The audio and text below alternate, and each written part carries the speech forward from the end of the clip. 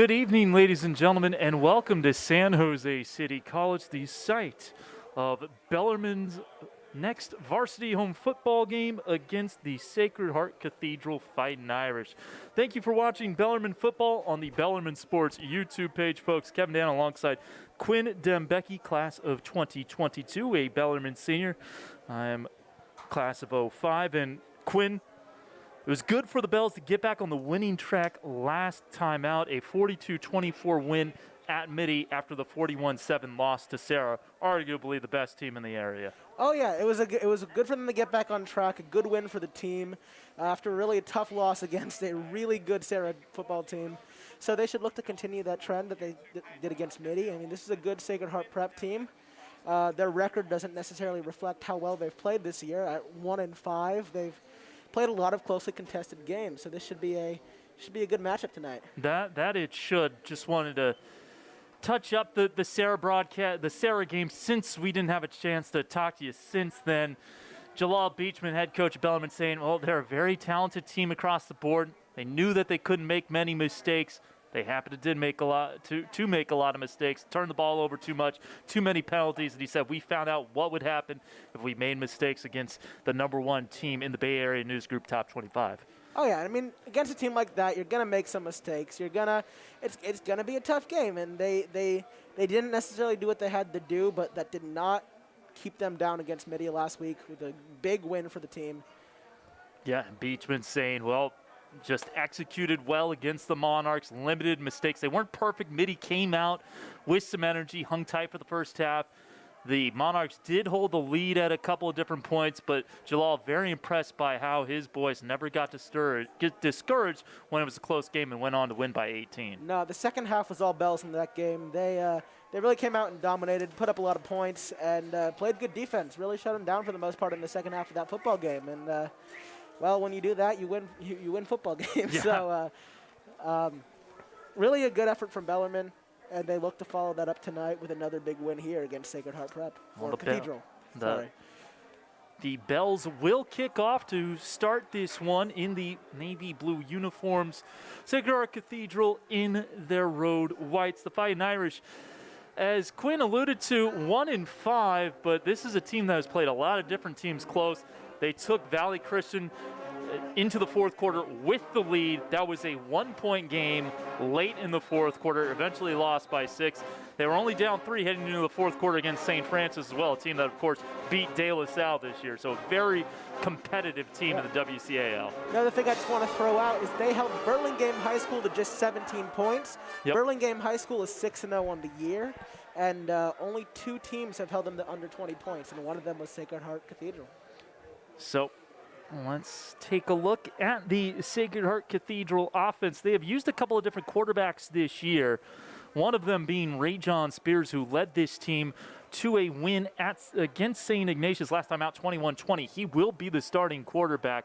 Their offensive line looks like this. The tackles, Benjamin Hatch and Lawrence Wong. The guards, Grant Garlow and Dermot Fitzpatrick. The center is Jordan Salofa Fatu. We will get to the skill position players after this snap. Out of the gun, and ball hits the turf. It's a fumble, and the Bells have it. Miscommunication on the snap between Ray John Spears and Jerry Mixon Jr. had the game-winning 40-yard rushing touchdown last week, but it doesn't start out so well for the Irish. Well, that's a fantastic start for the Bells. They're not going to have the ball in great field position going into their first drive of the game, thanks to the big fumble recovery and a really solid defensive play there from the Bells. It looked like it was Brody Stratz who recovered the fumble. And so the Bells will take over inside the Irish 15-yard line. Well, Stratz had a big year for the Bells, both on offense and on defense. He has a couple receiving touchdowns at the tight end position. And then as you saw there, he's put up some quality performances on defense. And not limited to that fumble he just recovered there for the Bells. Wade Smith, the quarterback. Behind him in the pistol, the starting running back, Ben Pfaff, who rushed for 97 yards in the win over the Monarchs last week. Play action for Smith. Looking into the end zone. No, throws it short, and the pass is dropped. A rare drop for Nate Escalada, the backup quarterback, getting some run at receiver here. You know, that's a tough drop, but, you know, Bells will look to bounce back on the next play, get a couple yards, and hopefully drive into the end zone. They're already in red zone. Good scoring position. 2nd and 10, 10 seconds in. Throwing near side. This pass is caught by Atobre as he's forced out of bounds by Kendrick Sanders. This will put the ball inside the 10-yard line, and it'll be 3rd and intermediate, either 6 or 5 yards. It'll be 3rd and 6. You know, solid gain on the reception from Atobre. They're gonna look to get the first down here. Only a couple yards to go, and look to follow up that play. Looks like they need the 4-yard line, 3 or the 4, somewhere around there. This one thrown to the end zone, not on the same page with DiVittorio, and it falls incomplete. You know, just overthrown by Smith. Rough first drive, but, you know, they were kind of thrown in there abruptly.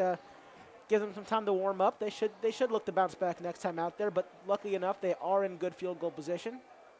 Eric Bosch with the blanket coverage there. So Jack Rainey is on for a field goal attempt, which will be 27 yards. The long snapper, Chris Jabe. The holder, Vincent Balistreri. And we have a whistle.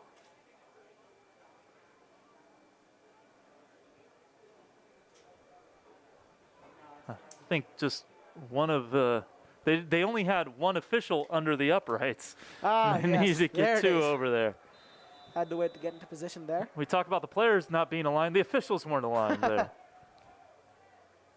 Well, you know, that happens sometimes in the kick. Kick is up, and it is good. So Jack Rainey, good from 27. He's told Jalal Beachman he can hit him from 50. That one had plenty of room to spare, and the Bells take a 3-0 lead 21 seconds in. You know, great start for the Bells. Their defense came through and didn't necessarily follow up the way they wanted to on offense, but they get ahead early, and the defense will go back out there, look to make another quick stop. So a good start for Bellarmine. 5-1 on the season, 2-1 in WCAL play, number 8 in the Bay Area News Group Top 25. And kind of if things continue to go according to plan, Quinn, this is a team that could make a deep run in the CCS playoffs. Oh, absolutely. This team has been playing extraordinarily well, both on offense and on defense. You know, they had that tough game against Sarah, which is to be expected with how good Sarah is. But this team has kind of, I think they've come out and surprised a lot of people this year, and they're looking to continue that stretch. Isaiah Kishk and Kendrick Sanders back deep, awaiting the Rainey kickoff. I don't know about you, Quinn, but I cannot wait for next week's game against rival St. Francis. It should be a good one. St. Francis is another team that's one of the best in the Bay Area, best in the state even. But, you know, it's going to be, the rivalry has been around for years, and both teams want to win that game badly. And the fact that both teams are performing as well as they are this year should make it an even better game. Cannot wait to watch that one. Of course, the Bells also have SI and Valley Christian on the schedule to round out the 10-game regular season. Those final 2 will be on the road. Well, first snap for Sacred Heart Cathedral was a fumble. See what happens this time around for Rajon Spears and company. Well, they'll certainly look to follow up the last disappointment of a drive with some good offense here, but just a miscommunication led to poor offensive play and some good defense by the Bells. Spears, a nice tight spiral, looking deep, overthrows his receiver. Good coverage by Atobre, the intended target, R.L. Miller. You know, Atobre has played good defense all year, some good defensive coverage over at the cornerback position. We saw it again there. Receiver wasn't able to make much room, and quarterback just overthrew him a little bit, and results in an incomplete. So the receivers you'll see, Isaiah Kishk, R.J. Miller, Bruce Uparesa. Running backs, Jerry Mixon Jr., Derek Reagans III, Kendrick Sanders. This time it's Reagans. He takes the handoff, running off the right side of the line. Did not have a whole lot of room there. Bottled up by Gino Cressy and Javon Reels, 2 guys who have been really impressive with this Bellarmine defense this year. Oh yeah, this Bells defense has have come in with a lot of big stops this year. We saw one on the last drive on the first play of the game, but they put together some really impressive performances both individually and as a team. Reagan's a big running back, 6'1", 235, the senior, who had that last carry. Now Mixon's back in there again, had the game-winning touchdown rush against SI last week. Trips to the near side, Uparesa in motion. It is a short toss to Uparessa trying to gain the edge, and he had nowhere to go. And the Bells will force the Irish to punt, maybe a gain of 1. Technically, that is a forward pass, so it'll go down as a reception for Uparessa. For those of you scoring at home, of course. And it will be 4th and 6. A solid effort from the Fighting Irish, but just not enough to get past Bellarmine's defense as they come up with another big defensive stop and hope to get some more points next drive. Owen Daly is their punter, number 85. Long snapper, number 45, Gavin Haskell. Back deep, awaiting the punt, staying in his own 40 is Zach Atobre. Well, here comes the kick. A nice boot. It will take an Irish bounce, kind of, and it will fall dead at the 41. So that is a 35-yard punt, no return. Bells will get it back with 10:08 to go in the first, leading 3-0. Well, the Bells will look to provide a little more offense than they did on their first drive. Luckily, they had some good field position last time out, but this time they're a little bit further back than they were in the first drive. So look to see maybe the run game get involved a little more early on, or hopefully some good passing from Smith. Bells with WCAL wins over Reardon and Mitty, the loss to Sarah. The Irish with losses to St. Francis and Valley Christian and a win over the not Crusaders of Reardon, but the Wildcats of St. Ignatius. They played some really good teams in WCAL. They started off with St. Francis and Valley Christian, which they both put up valiant efforts to get both of them. I know, as we mentioned earlier, they took a lead into the fourth quarter against a very solid Valley Christian team, and they kept St. Francis in check for most of that game. While got a little out of hand in the fourth quarter, but up until then, it was a very valiant effort for the Fighting Irish. Off the carry, Jordan Salofa Fatu, the tackle, the junior defensive tackle for the Irish. Brings up 2nd and 8 from the 43. Foff didn't have much room to run there. Good defensive formation and good stop by the Fighting Irish. Smith will go back to pass this time and throws it incomplete over the head of Rami Nijma. Appeared to not be on the same page. Looked like it's kind of the second time that Wade and his receivers haven't quite been seen eye to eye. Yeah, it's a rough start for the offense. It was a good route, just a overthrow, put a little bit too much on it. Nowhere to go for the receiver. 3rd and 8 coming up. Smith back to pass, pressure from the edge, and he will go down. He is sacked. Silas Bahalabi bringing him down, the 6'4", 240-pound senior getting his first sack of the game. It'll be a loss of 4, and the Bells will have to punt. That is a big stop for the Fighting Irish. This Sacred Heart defense has been solid all year. I mean, the really only game that they let get out of hand was St. Francis, and that wasn't until the very end of the game. So they've been making big stops all year. Rainey to punt it away, back deep, awaiting the kick is Jackson Irons. This punt coming from the 39. Irons catches it at the 29, returning and gets lit up. Ryan Scadina there alongside Gino Cressy after a short return. Just a big hit from the return, the punt unit there. Yeah, that was violent. There was a 32-yard punt for Rainey, and the Irish will have it 1st and 10 from the 32. 8:42 remaining first quarter. We've already seen both teams with a couple possessions early in this one, and defense seems to reign supreme so far. This could be a pattern later on in the game, but both defenses playing very, very well early on in this one.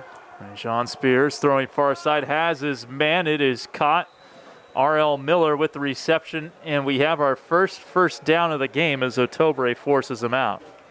No, just a nice offensive play. Good job by the receiver to create some space and just able to get past the first down marker, move the chains early on in this drive, and good offense from the Fighting Irish there.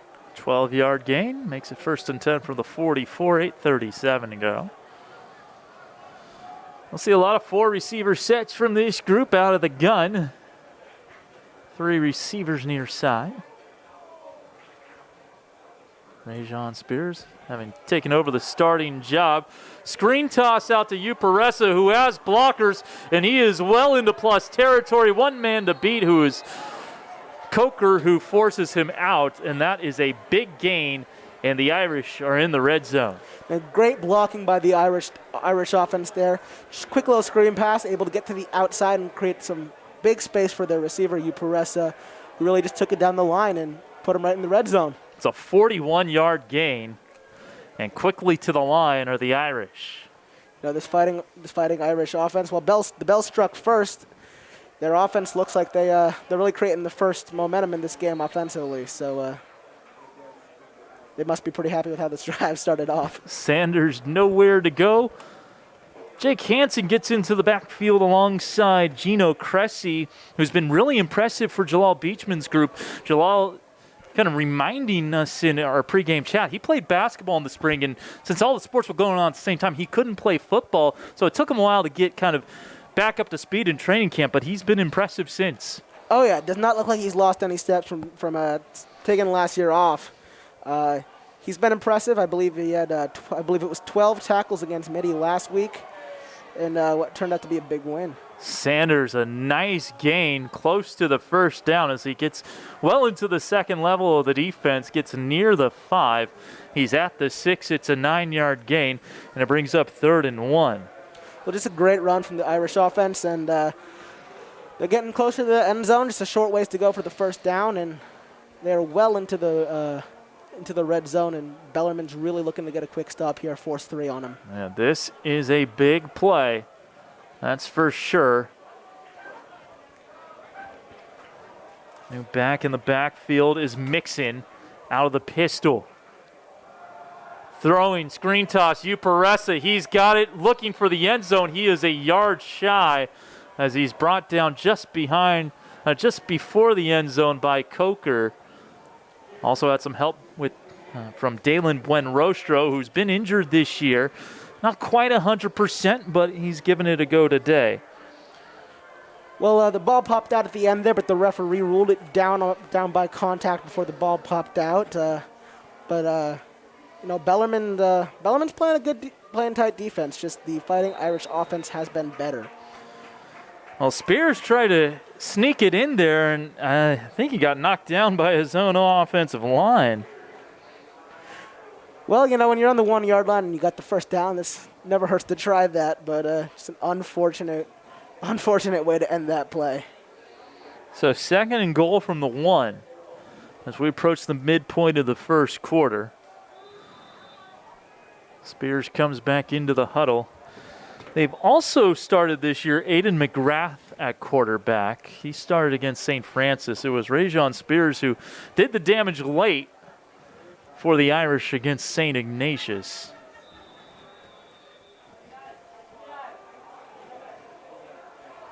Reagan's the 3rd, the running back. 2nd and goal from the 1. They go to Reagan's, and he stood up. What a play from the Bells defense. And John Pirro getting in the mix. He's coming off a 10-tackle game, and that makes it 3rd and goal. Well, just a really impressive effort here from the Bells defense in the red zone. 2 big stops consecutively. They'll look to get their 3rd and force the kick. Yeah, I mean, I think if this is staying at the 1-yard line after this play, I think the Irish probably going for it. They're this close. We'll see, though. First, got to get the stop on 3rd down. 4 receivers. Mixon is the running back alongside Spears. Spears, high snap. And he's sacked, and he fumbles it, but they're going to say he's down. John Pirro, Jake Hansen in the mix there to bring down Spears on the bad snap, and the Irish are going to have to kick it now after a 10-yard loss. Well, that's a couple of bad snaps early on in this one for the Fighting Irish. That was the first one that happened to get away from them. But we had one early on in their second drive of the game, which resulted in a kind of an awkward handoff, which the running back wasn't able to get a lot of space on. And, well, there it cost them even more as they forced to bring on the kicking unit. Well, that'll certainly cause Barry McLaughlin, the head coach of Sacred Heart Cathedral, to lose some hair. He had it 1st and goal from the 1, couldn't punch it in, so they'll have to settle for a 28-yard field goal attempt here to be taken by Brian Coyle. Good snap, good hold. The kick is up, and it is wide right. A disaster of a finish to the drive for the Irish as the Bells defense, they bent, but they didn't break, Quinn. Oh, yeah. Well, we saw really the first offense in this game happen on the side of Sacred Heart, but the Bells, they stood their ground, and they proved that they can do what they've done all year, which is make big plays, big stops on defense. And let's see if they can follow it up with some offense here. 4:13 to go first quarter. Bells will have it at their own 20. Now, as you've pointed out, Quinn, it'd be nice to see this offense get going a little bit. They have not gotten a first down yet. No, they had a rough few drives to start the game. They were helped out by that fumble early on the first play of the game, which led to a field goal. But a couple just miscommunications with Smith and the receiving core as he's overthrown a couple passes, and then they had the drop pass early in the first drive, which hurt him on offense a little bit. Trapani in motion. Rocco Trapani has a couple of touchdown receptions this year. Here's Pfaff running off to the side that Trapani motioned to. He gets a couple of yards. Well, that's a few yards for the Bells. Move up on offense a little bit as they look to move the chains, get their first down of the game. By a couple of yards, I actually meant 1 yard. All Second right. and 9. Well, Ben Pfaff has been very good for the Bells all season, and couple runs so far, but he hasn't been able to get anything going. Just the Fighting Irish defense has stood their ground. Bunch formation. Smith's going to run, has blockers in front of him, and he has the first down as he got hit by Mixon, but not before he was able to cross the 30, a 10-yard gain for Wade Smith. Great effort by Smith. He's been doing it all year with the legs and with the arm, with over 1,000 total yards on offense. And, well, he's quick. Yeah. He's proved to be a problem for some offenses in more ways than, or for some defenses, rather, in more ways than one all year, and continues to do so early on in this one against Sacred Heart Cathedral. Going hurry up, and the hard count causes an offside. It looks like this will be a neutral zone infraction against Sacred Heart Cathedral. It will be. Got the pink flags, I believe, for breast cancer awareness. October, that is the month where you see the pink come out in football. That'll be the first penalty of the game. Well, that'll make it 1st and 5 for the Bells. Another good advantage to start this drive after the run by Smith. Smith over the middle has Chris Jabe a first down and then some as he crosses midfield and gets stood up by 3 Irish. Well, and there you go for Smith. You know, he had a couple overthrows and a drop pass early in this game, but back on track there with a solid gain. 15 yards, make it 16 as they put it at the 48 of Sacred Heart Cathedral. So 2 for 5 passing for Smith for 20 yards. That brings him north of 900 yards passing for the season, more than 1,000 combined, as Quinn mentioned, 360 on the ground coming into this one. It's a run off the left side for Pfaff. It swallowed up immediately. Great defense there, Mixon on the stop. Well, their defense has really been able to stand their ground in the run game, with the exception of that run from Smith earlier in this drive. But they've really held them solid on the run game, which is where Bellarmine's gotten a lot of offense from this year, especially in the red zone. But they're a little ways away from that. Pfaff averaging 5.7 yards per carry this year, held to just 4 yards in his first 3 carries. The Tobre in motion on 2nd and 9. Throw over the middle has Jabe, and he's wrestled to the turf immediately, making the stop on that play, R.L. Miller, the free safety. Well, that's the second time this drive that Smith has found Jabe over the middle. It's going to bring him the 3rd and short for the Bells. 3rd and 1. It was a gain of 8, second reception of the game for Chris Jabe, who coming into this game had 11 receptions for 225 yards and a touch. Oh, yeah, well, Jabe's been a big part of the offense this year, along with a couple of the other receiving core. Oh. That is the second time the Irish have jumped the line of scrimmage. And this one is going to give the Bells a first down. Well, you never like to see that happen, especially twice in the same drive. No. But the Bells will take what they can get here, and, well, it's going to get them a first down. Second penalty for 10 yards on this drive for the Irish, looking for their second win of the season. Coming off a 1-3 spring campaign, 0-10 the year before that. Their closest loss was to Bellarmine that year. Their only single-digit loss, lost 34-26 to BCP 2 falls ago. 1st and 10, off play action. It's Smith throwing near side on the rollout. Has Jabe again, and again, it's good yardage. Well, there is a flag down on the field. We'll see what happens here.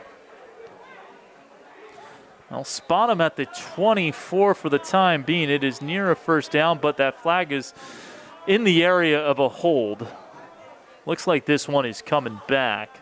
Flag was thrown behind the line of scrimmage. We'll see what they say. We have not gotten official word yet. Well, that's unfortunate for the Bells. Another nice reception by Jay, but could not mean much if this one ends up coming back. It's going to be a legal motion. That'll be a 5-yard penalty, and it will indeed come back.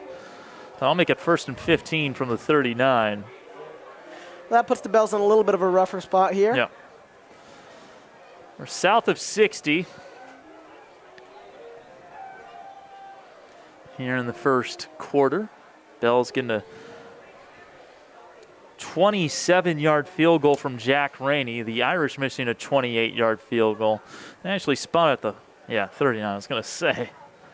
Well, the first couple drives were all defense, but both offenses seem to get something going now late into the first quarter, which both teams will look to continue this trend throughout the rest of the game. So pistol formation here. 3 receivers out to the far side. Smith leading a nice drive here for the Bells. Back to pass. Throwing deep. This one underthrown, and it's intercepted. Picked off by Kendrick Sanders. He was looking for Rami Nijma and just put too much loft on it. Well, the throw just came up a little bit short for Smith. You know, it's he's had a couple rough passes, but that's the first one that's really going to hurt the Bells. That one goes back to the Fighting Irish on defense.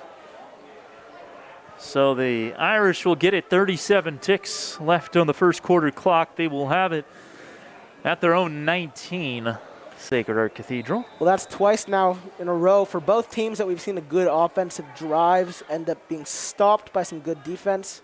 We saw the Bells would be down to 1st and 1 and still take over with their defense and force the stop. And then Bells seemed to finally get something going on offense before the interception. Reagan's the running back. Spears back to pass as he rolls out near side. Nice throw, and he has his man. The pass is complete for a first down. Making the catch on that play for the Fighting Irish, number 2, Isaiah Kishk. Well, this receiving core for the Fighting Irish has come up with some big plays, and that's going to be another one early on in this one as they will move the chains early here on this drive. Well, Spears, after throwing an incomplete pass, is connected on his last 5 for 72 yards. The Irish will not run another play. That will do it for the first quarter. It's been a tight one thus far. Seen some good defense on both sides. Some missed execution opportunities on the offensive side for both teams as well. 12 minutes in the books. It's Bells 3, Irish nothing. You're watching Bellarmine football on the Bellarmine Sports YouTube page.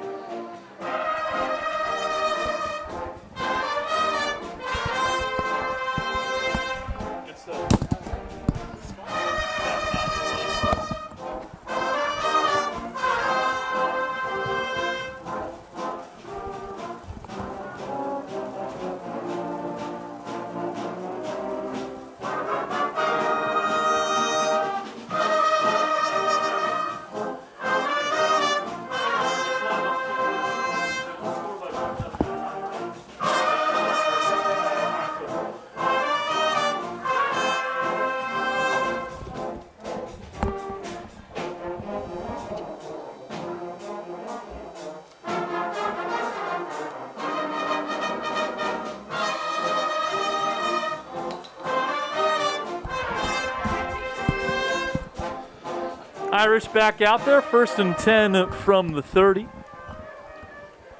Kevin Dan alongside Quinn Dembecki, class of 2022. Spears, the quarterback. He is connected on his last 5 passes. Screen toss out to Kishk. Gets a block from Peressa, but he is wrangled down from behind by Brandon Brock after a short gain. They'll move it up to the 33 or 34, see where they spot it for a gain of 3 yards. Well, that's a nice stop from Brandon Brock. He's had a big season for the Bells, but another connected pass. They've been using that screen pass a lot early in this one, and it's worked to their advantage a couple of times now, but Bell finally able to make the stop on it. You mentioned the play of Brendan Brock. What a season the linebacker has had for the Bells. 49 tackles, second on the team, only to Gino Cressy's 51 coming in. Yeah, and this Bells linebacking core, and really the whole defense has provided a lot of valuable defense for this team. Well, you see it takes a village to bring down Reagans. He is right near the spot to gain for the first down, and they will move the chains. A gain of 7 for Reagans. Well, Reagans is a big running back at something I believe 6'1". It was at 245. 6'1", 235. 235. Yeah, right there. You know, that is a big man. He's hard to bring down, but he proved that he can use his size to advantage as he really just pounded his way through the Bellarmine defense. 10:48 to go here in the second quarter. Yeah, I was standing next to him pre-game while I was going over pronunciations. Big dude for sure. Here's Spears. He's looking downfield, lets it loose, underthrows his man. He was looking deep, unable to get it to his intended target, looking downfield for Aiden Shea, and it falls incomplete. Well, the Bellarmine defense provided some pressure. Bennett Anderson got in close to the quarterback there and forced the throw and just came up short. Bennett Anderson, just a sophomore, 6'4", 225. He's been impressive on this defense. Did miss the Reardon game, but back in the starting lineup at nose tackle. And this 3-down defensive line. Well, the Sacred Heart offense has been solid so far in this one, and they're looking to put together another drive here. Here's a run, Silas Bernardino. Change of pace back here for the Irish. Little scat back gets up near midfield for a gain of 9. That's a great run from Bernardino to put him at 3rd and 1. I mean, as we saw earlier in this game, Bellarmine defense is not going to be discouraged by 1 yard, but they're in a good spot to move the chains here on 3rd down. Yeah, it's about a half yard they need. 10:07 to go, clock running here in the second quarter. Receiver in motion is Kishk. Fake the handoff, he'll keep it. Spears spins out of the tackle of Pirro and forced out a play by Coker, but not before a first down. That'll move it to the 48 of Bellarmine for a gain of 3. Well, it wasn't a big run, but it was more than enough to get the first. They will move the chains here on 3rd down. Continue to push towards the end zone, trying to get their first points of the game. 9:50 to go, second quarter. Bells nursing that 3-0 lead, thanks to the 27-yard field goal from Jack Rainey right through the uprights. This has been a very solid game defensively for both sides. Both sides have got a little offense going, but not enough to really put it in the end zone at all. Looked like Hansen was lined up offside. He got back onside. Breaking a tackle is Kendrick Sanders. A nice tough run for the Irish back, and that'll get him inside the 45. A solid gain on first down. Looks like they will give him credit for 6 yards. Well, the Irish have got a lot of different guys working in their offensive mix tonight, and it is working well at the moment as they have had 3 different running backs provide big gains for them just on this drive alone. And they will use up to 4 running backs plus the quarterback in the run game. So a lot of options for Barry McLaughlin to tote the rock. It is 2nd down 4. Back to pass. Spears has his man. Caught by Quiche and tackled by Escalada. That'll move the chains, as that'll bring it down to the 36 for a gain of 6. Well, it was a good job by Escalada to get in quick and make the tackle, but it was not enough to stop the Irish from getting another first down here on this drive as they continue to push towards the end zone. Quiche with his 3rd reception of the first half. He's got 20 yards. receiving. 8:48 to go here in the second quarter. Ball at the Bell 36.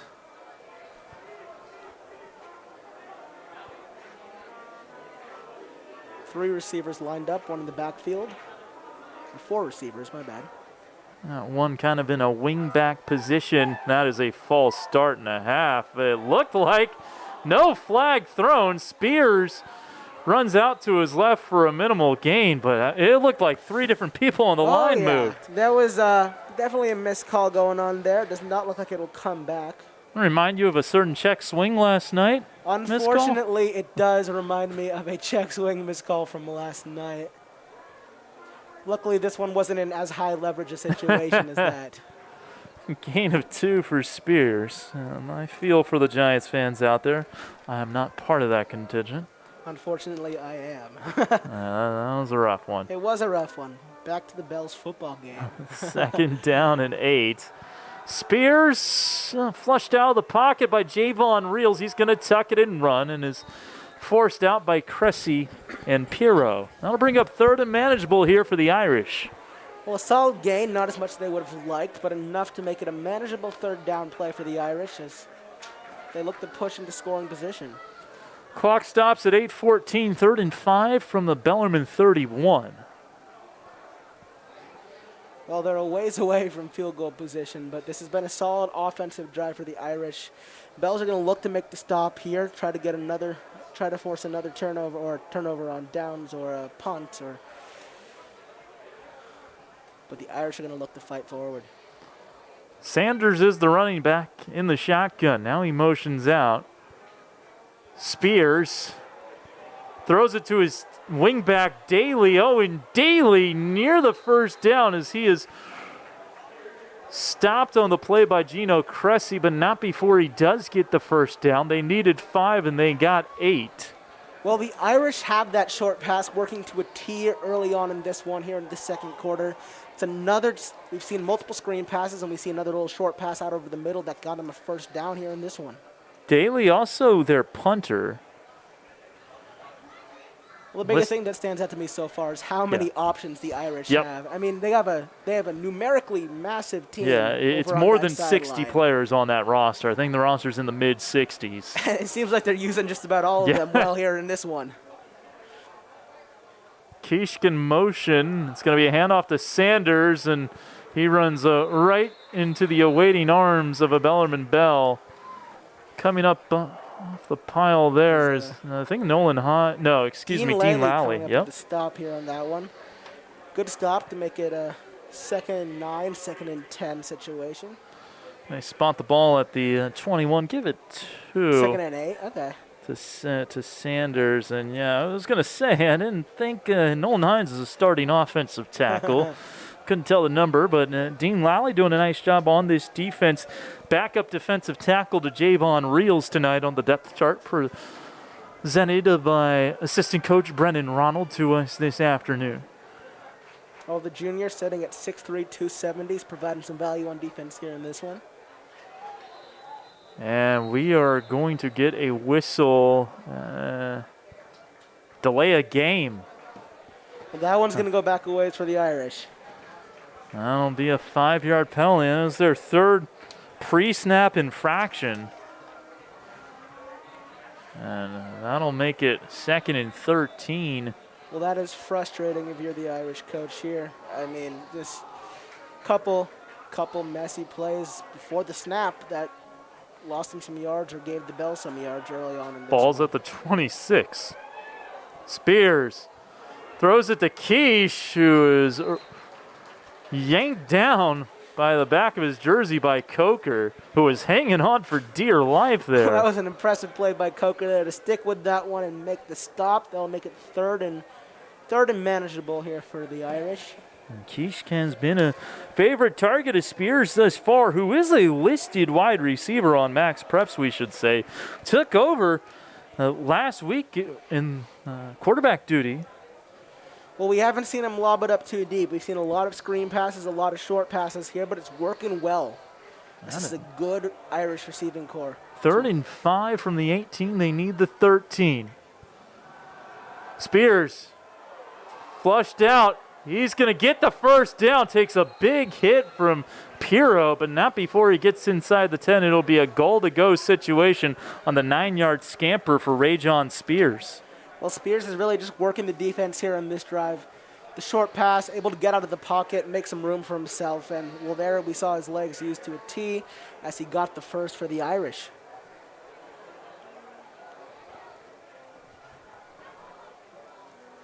We are past the 6-minute mark now. Clock running. This has been a fast-moving first half. Well, fast-moving and low-scoring. A lot of good defense, but the Irish are marching down into the red zone, and they're looking to Irish are marching down to the red zone, and they'll look to put up their first points of the game here in the second.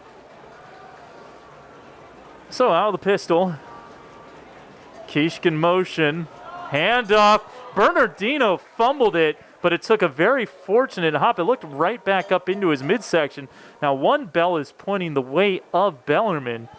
I think Bernardino got back on top of this, and he did. It's second down. That would have been another disaster in the red zone for the Irish. Well, Brandon Brock, it appeared, thought it was going back to the Bells, but unfortunately for the Bells, the Irish were able to get back onto that one. As it will be second and goal. No, second and goal here for the Irish. Last time they had a goal-to-go situation, first and goal from the 1. Couldn't punch it in, no gain twice. Then a bad snap forced Spears to fall on it. Then they missed a 28-yard field goal. See if the Bells defense can stiffen up again. Spears out to his left, and he is sacked. Oh, Gino Cressy. Rumble, young man, rumble.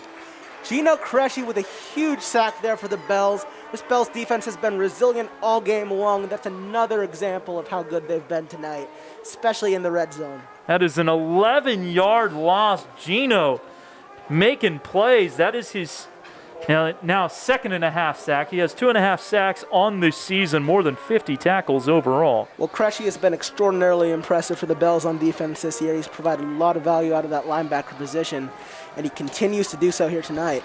Under 4 to play here. Third and goal from the 20. Uparessa in motion. Screen toss. They have Sanders, and he is tackled in the backfield. John Piro making the big play. John Piro with yet another tackle in this one tonight. A great play by the Bells. Another huge stop in the red zone, as that'll bring up 4th down and 21. And we'll see, considering that their kicker missed the last field goal, they're going to keep their offense out there. Well, this is certainly a tall task for this Irish offense, as they'll look to make the 4th and 21 play into the end zone, but the Bells defense will have to stand their ground on what's going to be a tough play for the offense. Looking for the end zone, chucks it deep. Rajon Spears, it is caught, but a yard shy. The Coker knew where he had to keep Uparessa out of, and he did it by a yard. A 20-yard gain on 4th and goal from the 21. A great job by the Bells defense again to stop him, but a very solid play on offense. As it looked like he almost lobbed it up to Uparessa a little bit, but managed to make the play. Just unfortunately was not quite enough for the Irish. So the Bells have a long way to go here. 1st and 10 from their own 1. I think the key here, Quinn, you just want to get out of the back of your own end zone. You want to get at least a 1st down or 2. Oh, yeah, they want to avoid a safety. Any loss of yards pretty much guarantees 2 points for the Irish here. So the Bell offense will come out onto the field, making the stop on 4th and goal, just barely, but doesn't matter if you win by an inch or a mile, as Vin Diesel would say in Fast and the Furious. Winning's winning, and they won on 4th down there. Well, the Bells have...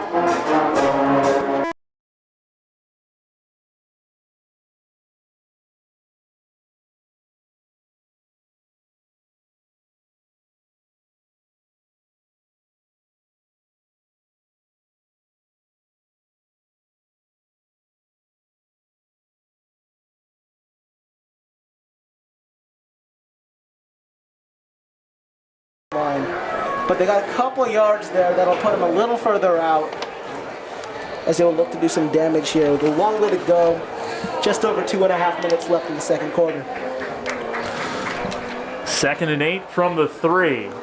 This will be a handoff to Pfaff, and he's going to keep the legs churning. Looks like he got back to the line of scrimmage, maybe a yard.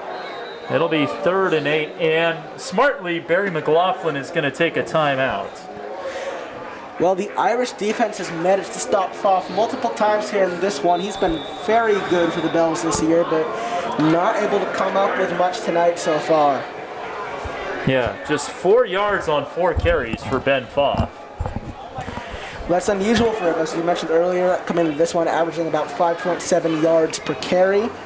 And well, now he's at 1 tonight. So the Irish defense is clearly doing something right to stop him. Yeah, coming into this game, Ben Pfaff, 533 rushing yards for 11 rushing touchdowns. He has been very solid this season, but hasn't been his night thus far, though we have seen him have huge second halves. Oh, yes.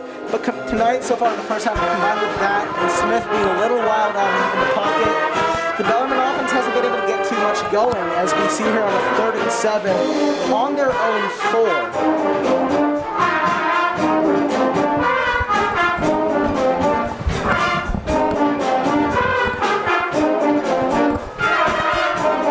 So big play coming up out of this timeout. As Bellarmine will try to finally get something going here. They're backed up pretty far into their own territory, but that's not going to discourage them. They've made a couple big plays this year, and they will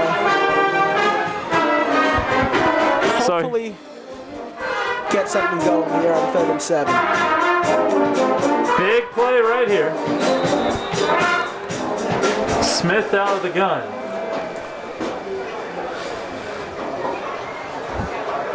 Pressure in his face, and has it intercepted by Uparessa. Well, that's Smith's 2nd pick of the game. Huge play by the Irish defense. Uparessa picked it off inside the 5, and now it's another goal-to-go situation for the Sacred Heart Cathedral offense. They'll have it at the 4. Well, Smith's been a little bit wild all game, but tonight that cost him his 2nd pick early on in this one in the first half. Unfortunately for the Bells, they're back in another goal line situation on defense as they try to make their 3rd stop in the red zone tonight. And we'll see if the Bells can bow their backs on defense again. Rajon Spears running out to his right, and he has stuffed Jake Hansen and a bunch of teammates in on the stop, but number 22 in blue, the first one there. Jake Hansen with a big stop for the Bells on defense, rather. If they can continue to be good in the red zone, stop them from getting into the end zone with just under 2 minutes left in the 2nd quarter. Jake Hansen, another guy who's had a big year on defense for the Bells. 42 tackles, 3rd on the team coming in. And here's Spears, throwing for the end zone, throws it over the head of his intended target, and that falls incomplete. He was looking in the back of the end zone for R.L. Miller, who he connected with once earlier in the first half, but now it's 3rd and goal from the 7. And quite frankly, Quinn, if the Irish don't score here, you almost have to wonder if they're ever going to score. Because they've had 3 prime opportunities in the red zone that they have not been able to capitalize on. Their offense has worked really well in the short pass and a little bit in the run game, but when they air it out for more than 10 yards or so, it hasn't looked too good, other than that one play, which I believe it was Uparessa caught within the 5. So 3rd and goal from the 7. Big play for this Irish offense to gain some confidence. Fans making noise, throwing for the end zone, caught for a touchdown. R.L. Miller in front of a toe break, and the Irish take a 6-3 lead with a $1:35 to go in the first half. In just a minute, there has been a flag thrown on the play after the ball is in the end zone. I'm not sure who it's on.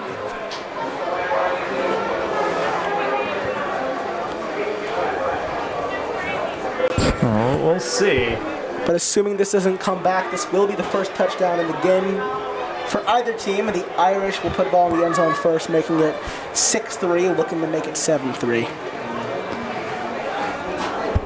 Yeah, unsportsmanlike. So the touchdown will count, and this will probably be enforced on the kickoff. That it will. But R.L. Miller with a 7-yard touchdown reception. As the Irish now looking to take a 7-3 lead. But with only 1:35 left in the half, if the Bells can get something going quickly, that unsportsmanlike conduct penalty might cost the Irish a little bit if they can manage to score. But if they do, they'll have to do it quickly. But the extra yards on the kickoff certainly helps. Coyle for the extra point. Now there's a flag. Could this be... yeah, it could be a delay of game, maybe. False start. The 4th pre-snap penalty for Sacred Heart Cathedral in this game. You know, with the missed field goal earlier, that's going to make this kick a little bit more challenging here for the Irish. Extra point is up. It is no good. Might have been partially blocked. It looked like it was blocked by Dalen Buenrostro on that play. Buenrostro, a guy who has been battling injuries this year. Talking with Jalal Beachman leading up to the week, said he's a guy who, well, they're going to get him into the game. He makes a big play there, and we're just hoping he's a guy who will be able to continue to play throughout this game, considering his injury history. Well, even with the injury, he's come a couple times for the Bells on defense. He made a tackle earlier in this one. Now with the block PAT. It's going to make it 6-3, like we mentioned earlier, the extra yards that the Bells would get on the kickoff due to the unsportsmanlike conduct penalty. The Bells have a chance to at least tie this game up with a field goal. Yeah, that's a good point. They should get decent field position out of this.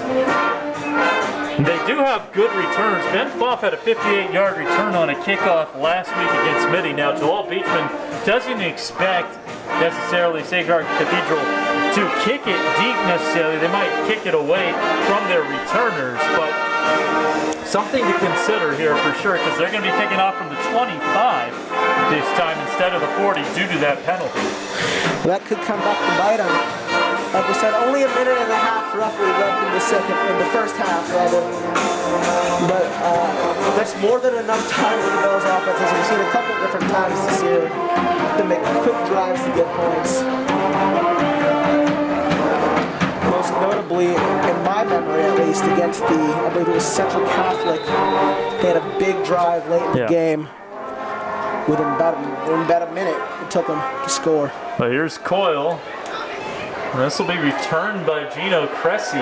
He's at the 35, following his blockers near midfield into plus territory, past the 40, still on his feet, inside the 30. Here goes Gino Cressy to the 5, through the end zone. Touchdown, Gino! Touchdown, Bellarmine and the Bells. Just like that, go back in front. What a return from Gino Cressy on the kickoff unit.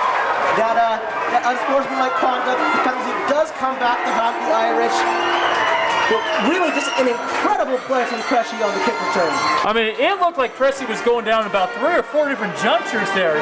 He ran through a few arm tackles, great blocking by that return team, and wow, talk about a big response, especially when your offense hasn't necessarily moved the football that well. You need a big team, a big play in the special teams game, and they get one right there. Well, Cressy's already been huge for the Bells on defense in that game. He's made himself even more valuable on the kick return there. Like we mentioned earlier, the Bells weren't necessarily expecting a deep kick and went right to Cressy, and he made the best of it. The kick is good for Rainey. A nice job by the holder, Ballasturi, because that one came in a little funny, and he got it down just in time for Jack Rainey. The Bells take a 4-point lead with 1:19 to go in the first half. Just a huge play by the Bells. They were unable to stop him on defense for the first time in this game, but they responded quickly within about 16 seconds it was. Wow. Just a huge play from the Bells. And they will look to make sure that the Irish do not come up with a score for the rest of the half, as they will start the second half with the football. GC2, getting it done. I'm not sure anyone calls Gino Cressy GC2. We might have to start it. Honestly, it doesn't really roll off the tongue. I apologize. It does not. But It was worth a try. Yeah. Well, that's your classmate. Maybe you can go up to him and one of your classes say. I can work on it for you. Yeah, how about that?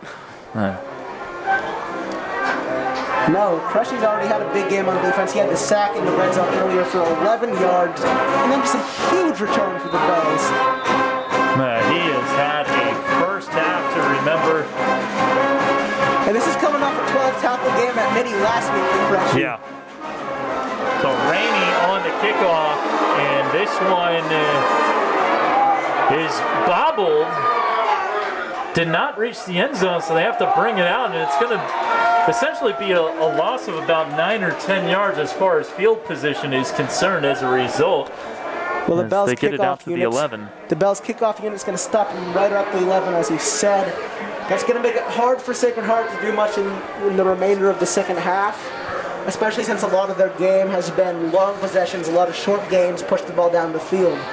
But they will, obviously, they're going to look to hopefully get some bigger gains on this drive, but they have not been too successful when it comes to those so far in this game. Neither team has, for that matter. Well, the Irish have 2 timeouts and a $1.13 to work with. And it's going to be up the middle for Reagan's. It is a nice gain of about 8 yards. Well, the Irish using the run game to their advantage again. They've done it a couple times now. Makes it second and short, excuse me. Toss out to the far side. It is caught. And that will move the chains. Aiden Shea, as he is forced out of play by Dalen Buenrostro. Well, whatever injuries he's been dealing with doesn't appear to be bothering Buenrostro too much at the moment, as he's provided another tackle on defense after the blocked extra point after the previous touchdown by the Irish. 51 seconds to go now. 2 timeouts still. Ball's at the 24. Spears throws it low for Uparessa. Did he catch that? Yes, he did. Nice grab by Uparessa. Uparessa's had a big game for the Irish. He almost got in the end zone a couple times, once on catching it at the 1, and then with the interception that he battled back into that 5, but he has had a couple big games on offense as well. It's been huge for this team tonight. 6 catches for 78 yards by our calculations. Toss over the middle. It is caught by Mixon. Clock will continue to run unless they call timeout, which they do, because he did not get the first down, a gain of 9 for Mixon. DiVittorio able to get in there and make the tackle just before the Irish got the first down. So they'll have just under 30 seconds to try to get into field goal position. I believe they have one more timeout that they can use if they want to. That they do. 1 timeout in 26 seconds. Again, the kicking game has not been necessarily all that strong for Sacred Heart Cathedral. You have a missed field goal from 28 and a blocked extra point. So this might be get it into territory where Rajon Spears can get it to the end zone, trying to make something happen. Yeah, I mean, again, the mantra for the Irish earlier on has been short passes that they've been able to get some yards after catch on. And it's worked well for them, but with only 26 seconds left, they might look to do a little more here. He's Quinn Dembecki. I'm Kevin Dana. A big shout out to our student crew, Diego Hara, Akshit Sinha, Andrew Enriquez, and Jackson Snap.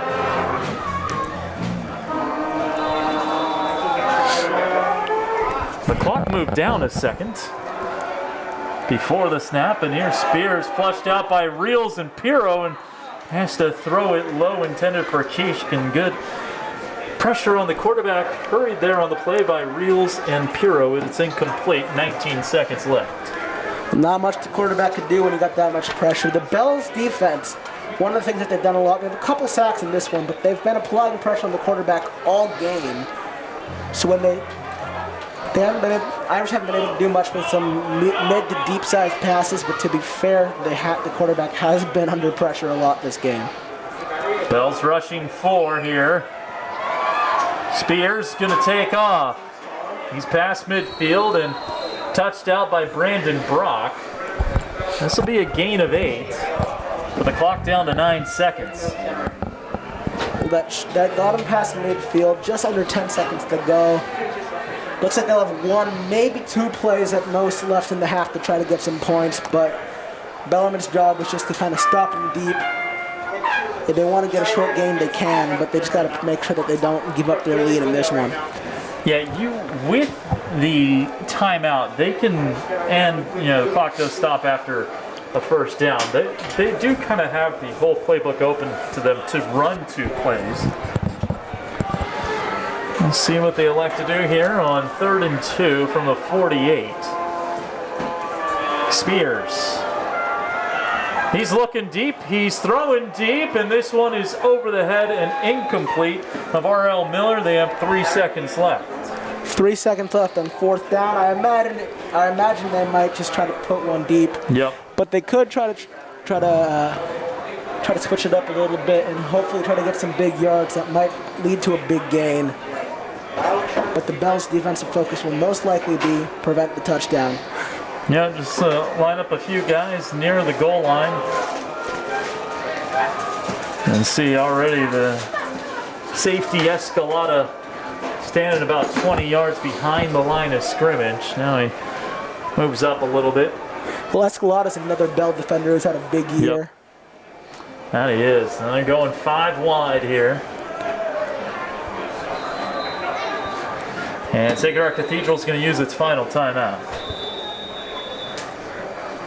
Well, no harm in doing that. Just talk it over for a minute. Get a game plan. Try to get some points on the board. But this has been a close game so far in the first half. Great defense from both teams. The Sacred Heart, after the interception, was able to get some points, and then the kick return touchdown by Cresci. And I will say, Quinn, that was a big touchdown for the Irish's confidence because they had goal-to-go situations before, had come up empty, and that was 3rd and goal from the 7. That drive started at the 4, so they had gone back a couple of yards first 2 plays of that drive. They don't score there. This could really start to take a toll on the Irish mentality, but they did get the big play. But then they gave up a bigger play. Yeah. Well, the Bell's defense has been phenomenal tonight, especially in the red zone. But the Irish were able to make that play, which will certainly boost their confidence going to the second half, as it will most likely be a 4-point game unless they can get something big here. Spears steps into it, shows off a good arm, and this one's going to fall incomplete over the head of the intended target. And Zach Tobre in coverage intended for Jackson Ayers, and that will take us to halftime. 24 minutes in the books. We've got a good one from San Jose City. It's 10-6 Bells. We'll take a break. You're listening to Bellarmine Football and watching it on the Bellarmine Sports YouTube page.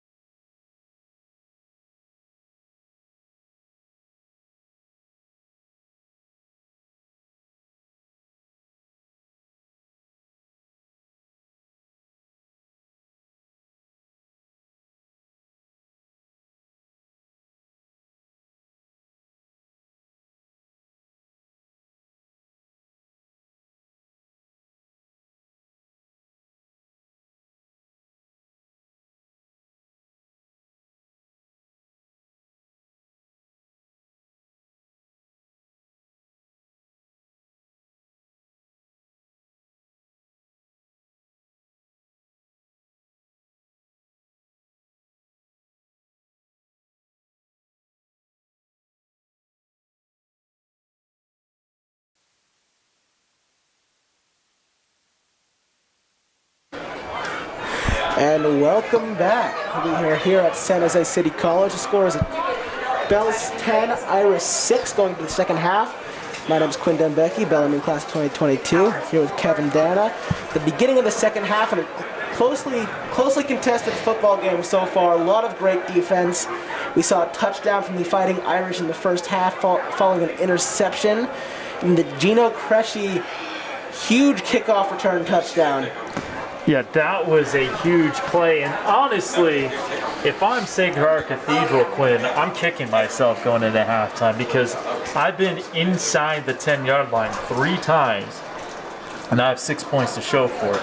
And just when I take the lead, we give up a kickoff return for a touchdown to 70 yards the very next play. And if you are Sacred Heart Cathedral, there is kind of a world in which you probably feel like you should be up 21-3 right now. Oh, yeah. And instead you're trailing 10-6. Absolutely. I mean, the Bellarmine offense has not been the same offense they've been all year. Wade Smith's been a little wild with 2 picks early on in this one, as they have not been able to find the end zone, and they've been in the red zone once following a fumble which started the game. But the Bellarmine defense has just been resilient. They have stood their ground, especially deep into their own territory. They've come up with multiple big stops in this one that have kept them in this game. And then again, Gino Cresci with that massive return touchdown to give them the lead. I mean, Quinn, the Bells have 40 yards of total offense in the first half. Oh, They yeah. have not, besides that one drive, have not moved it at all. I mean, No. Ben Foff, 4 carries, 4 yards. Wade Smith, to your point, 4 of 9 for 30 yards and 2 picks. Sacred Heart Cathedral should be winning this game, and it shouldn't be all that close. Absolutely. The Bellarmine defense has just stood their ground, and they have fought, and they will start this second half with the ball, and they will look to get something going on offense finally. I mean, we've seen a couple big second halves from this offense early on in the season. Not limited to last week's game at Midi, where I believe they went into the second half trailing or tied, was it? That was a game they won 42-24.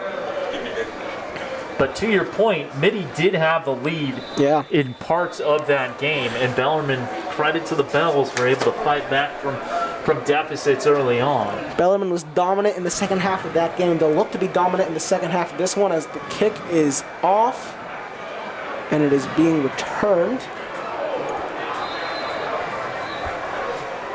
That's going to be Ben Foff on the return to just out in front of the 25, maybe on the 25, as the Bells will look to get something going on offense. Kevin Hernandez with a major hit. That was a big-time collision right there at the 25-yard line.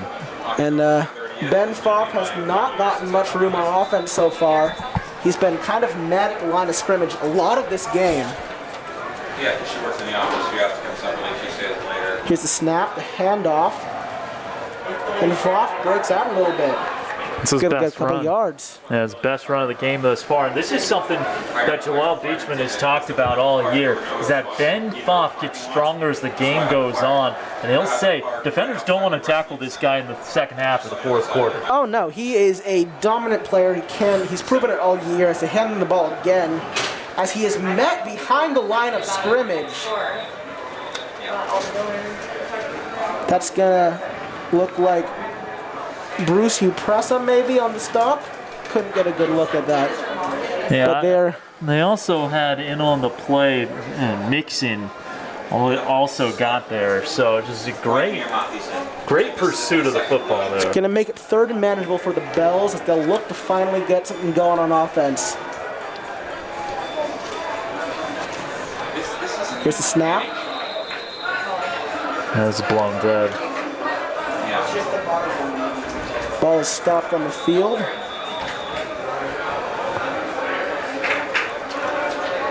That's a timeout you don't want to take if you're Sacred Heart Cathedral. And obviously you got to take it, because if you feel like if your guys aren't aligned correctly, that could lead to a big play. But as the team that is down in the second half, you want to hold on to those timeouts for as long as you possibly can. But now, say you're still trailing in the fourth quarter, you can only stop the clock twice instead of thrice. Right, and in a game this closely contested, that's been so defensively dominated, it's looking like it could be a close game going into the fourth, and that could bite him late in the game. But the Bells will look to follow up their 2-run kickoff to get a first down and avoid the kick. But this Bells offensive unit, like we mentioned earlier, has really struggled all night. But they'll look to turn the table and get some yards here on third down. Again, Quinn, jumping pre-snap. This is the third time that Wade Smith has drawn the Irish offside. Well, the Irish, I believe that's their 5th pre-snap penalty. It is. Throughout this game, and we're still early on in the second half. I mean, they're anxious. They've played good defense, but they've been a little sloppy before the snap. We saw it earlier in this drive. There's the handoff to Pfaff as he is met behind the line, at the line of scrimmage, maybe.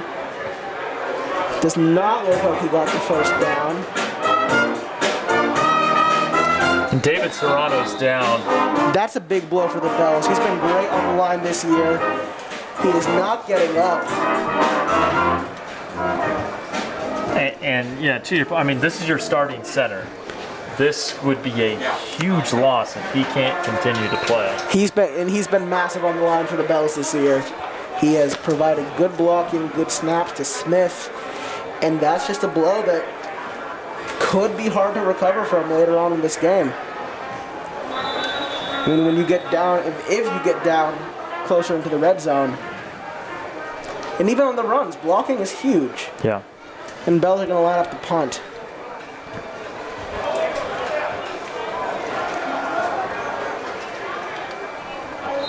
And that's going to be number 25 for the Irish. Jackson Iron calling for a fair catch. Just out in front of the just out in front of the 30-yard line. And that's going to go down as a 38-yard punt. That from Jack Rainey was really impressive, considering he bobbled this snap. Oh yeah. Came right back to him. Lucky that didn't get blocked. All year. At the line of scrimmage. Maybe a little behind it, but it did not look like he was able to get the first down with a big stop by the Bells defense yet again. Brandon Brock, there goes that man. Just a big stop. Got some help from John Pirro there with Brandon Brock making his way into the backfield and forcing a punt. Just a huge play for this Bells defense. Oh, this Bells defense has been incredible all game. They've made stops on a lot of 1, 2, 3-yard situations, which the Irish would love to have back. I mean, they feel like they should be up in this game right now with the way they've been playing, but the Bells defense has just not given in. As Tobre is going to make the return. And he's going to get away from him a little bit. As Tobre is going, he's got some room to go. He will keep going. And he breaks loose even more. He's going to get out in front of midfield. Down at maybe the 44 with a huge return from Zach Tobre. Another big return from the Bells kick return team. It's just incredible, Quinn. 35 yards plus on that return from Zach Tobre. Now there is an injured Irish player down. We hope he's okay. But Gino Cressy in the first half going 70 yards to the house on a kick return. And this time, Zach Tobre, you see the speed that kid has. And it was impressive. Well, what the Bells have lacked for on offense, they have made up for with kick return yards and punt return yards. It looks like it's going to be Benjamin Hatch injured on the play for the Fighting Irish. We'll hope he's okay. So he appears to be walking okay, but they'll definitely take a look at that. As the Bells offense goes back out onto the field, looking to finally get some offensive yardage and some points in this one. So Wade Smith is the only one in the backfield. As Pfaff is in motion, he's going to be DiVittorio out to the left. Going to get a solid gain, maybe 8 yards. Make it 2nd and short for the Bells. And that could be a play that jumpstarts this Bellarmine offense. This is the first time DiVittorio has touched it on offense. You want to get the ball into the hands of your playmakers, and DiVittorio is certainly one of those guys that you would like to have touching the football as much as possible here in the second half. Oh yeah, and Smith and DiVittorio have been in sync all year. Yes. A couple massive plays throughout the season, but they've just been a little out of touch today, and that is a good sign for the Bells. Hopefully the two of them can get something going. The fake handoff. The pass. And it's not going to be caught. And I like the non-call there. I think that was just tight coverage. Yep. Great defense by the Irish. Uparessa was with Rami Nijma step for step. And yeah, maybe guys were pushing both ways, but it was both ways. I don't think either guy gained an advantage. I think that's a perfect non-call. And let's line it up for 3rd and short. And Nijma definitely was looking for the call. Yeah. But not quite. As it was a solid pass by Smith, but just better coverage by Uparessa. This will be a 3rd and short situation. The Bells will look to convert here on 3rd down. And we got some pressure on Smith, and he is not going to be able to make the throw. It's going to be 4th and short for the Bells. Just a disappointing offensive drive. Again. Yeah, you know, I think obviously Wade, he's seeing 2 white shirts just flying at him. He needs to get rid of that football. I think if he could slow that one down in his mind a little bit, put a little more touch on that pass to Trapani, because he lasered that one into him, and Trapani wasn't standing all that far away from him. Yeah. Maybe have a little more success. The offense is going to stay out there on 4th down as they're close. They're not really in punting territory, but they're not quite there on the field goal. I like this hard count too, because you've gotten them to jump 3 times. But you have to go for it here if you're Bellarmine. The snap, and it's over-snapped. And Smith is going to get back on it, but that loss of David Serrano to the injury proves to bite the Bells back, as that'll put the Irish back in front of the midfield line, in front of the 50-yard line, as they will get the ball with 1st down.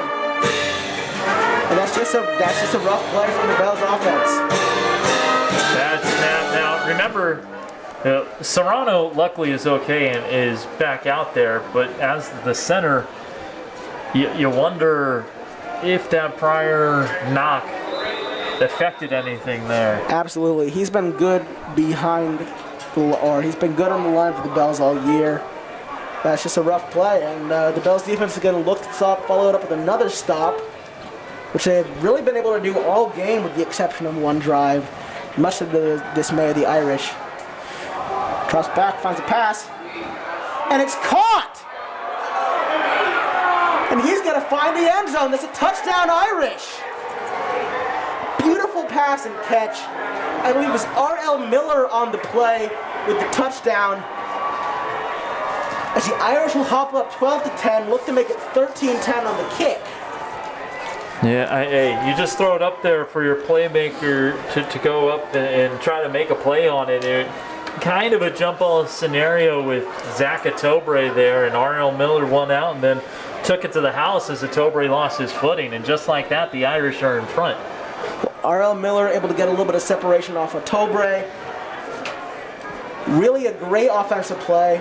We haven't seen them follow up. We haven't seen the Irish on too many deep balls today, and that kick is good. The first one of the day for the Irish after the missed field goal and the blocked PAT, but that one is good. Irish go up 13-10 on the Bells with just under 7 minutes left in the 3rd quarter. Well, Quentin, we knew this wasn't going to be an easy game.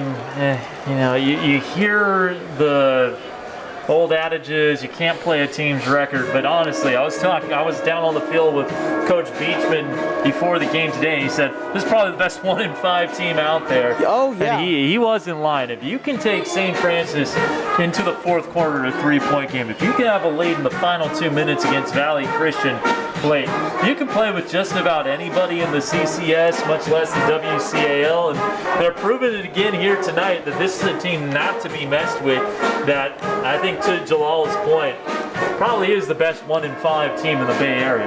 Oh yeah, without a doubt. I mean, they have been really borderline dominant all night, just with a couple big plays by the Bells defense that's been able to keep them in touch. Honestly, this scoreline is probably a little more just than it was at halftime. Absolutely. Sacred Heart Cathedral, I think for larger chunks of the game, has been the better team, but there's still plenty of time for Bellarmine. And a miscommunication maybe on the kickoff there, but it's going to be a touchback. The Bells get the ball starting at the 20. Wade Smith, Ben Voff, and the Bellarmine offense looking to finally get something going here on their second drive of the third quarter. They moved it a little bit in spurts. They had that one drive that led to a field goal. They moved it well on that last drive. They get down, though, to a 4th and 2, and then the bad snap blows that drive up. They just have to have consistent success. And they haven't necessarily been bad. They've just been messy. Yep. We've seen a couple overthrows from Smith. We've seen a couple interceptions from Smith, which isn't too frequent. But this Sacred Heart defense, they've been good all year, and they continue to be good tonight. As Foff is met almost immediately, not much room for him to go. Maybe 1 or 2 yards most on that play. Honestly, I would keep feeding Foff because he gets stronger as the game goes on. And you want to deliver body blows to this Irish defense. Now, they certainly have numbers. We talked about the roster being 60-plus as far as sheer numbers. But if you keep feeding 23, and if he can move the football a little bit, things can start to happen for this offense. Oh, absolutely. I mean, and there's going to be a flag on the play. Yeah, Brody Stratz was sprinting to get off the field. I wonder if they just took too much time, or maybe this is an illegal formation. They might not have been lined up correctly, or they had too many guys. Well, we have seen the Irish with multiple pre-snap penalties. You know what? Yeah, so I think the referees thought they had 12 on the field, but Brody Stratz sprinted off, and they had 11, so they picked up the flag. Well, it's going to be second and 6 for the Bells as Smith takes the snap. And Smith is sacked in the backfield by the Irish. I mean, they were all over that play. They were all over. The fake Foff did not fool them. It'll be 3rd and very long here for the Bells. Kevin Hernandez started the second half with a huge hit on the kickoff return and got a big sack there that cost the Bells 9 yards. I mean, that is just a little unfortunate there for the Bells. I mean, it was not much going for the Bells in that play either, as they will likely be forced to kick. It's another great defensive possession by the Irish. I mean, we've seen it time and time again throughout the drive, or throughout the game, and they proved it again on this drive with the big sack on 2nd down, forced 3rd and long. Bells able to get something going on 3rd down, but not enough. Yeah, just too far behind the chains. That is it. It's 4th and 7. As Jack Rainey will punt it away. And met pretty much immediately with the fair catch again is Jackson Irons, the wide receiver, playing back as the punt returner. A 28-yard punt, no return. It's on the Bells defense now. I mean, they've been pretty good for the most part. Besides that 50-yard touchdown pass, they gotta stand tall here and give the Bells the football back with a chance to take the lead and not be down 2 scores. Oh, absolutely. I mean, the Bells offense have just not played to their ability. I mean, they have not done what we've seen them do all season, which is be dominant in the run game and be dominant in the pass game. And usually when one's slacking, the other picks it up pretty well. But tonight we have just seen the Irish be dominant on defense. 2 picks, a lot of big stops on Ben Foff runs, and the Bells just have not been able to get anything going on offense. I mean, their only touchdown coming from the Gino Crushy kickoff return, and their field goal coming when they started with the ball within the 20-yard line. They started the game with a forced fumble, and they just couldn't capitalize on it. And the handoff, and he breaks free a little bit. It's going to be stopped by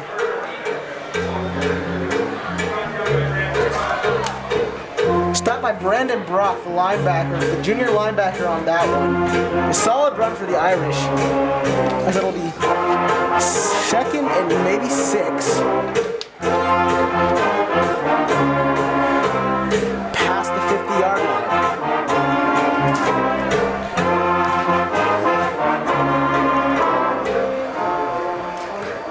There's the snap. The fake handoff, the quarterback will run, and he will be met and make it 3rd and short. A solid run for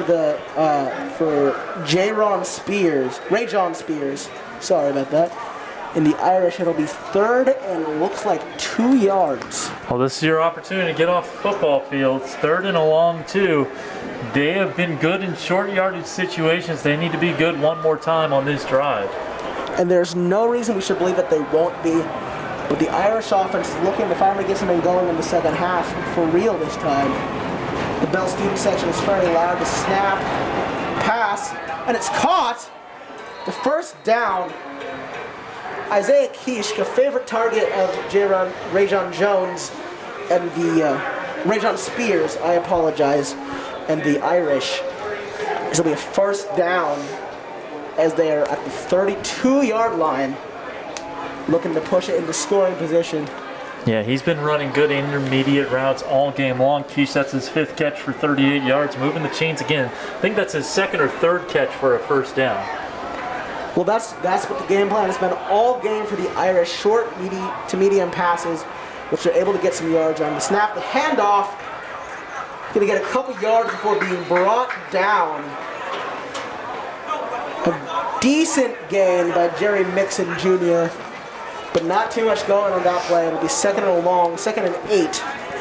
I mean, that gap closed in on him pretty quickly. You credit the second level of that Bellarmine defense, led by John Pirro, Jake Hansen, Gino Cressy. We've seen Brandon Brock in there as well. They plugged the hole pretty nicely there.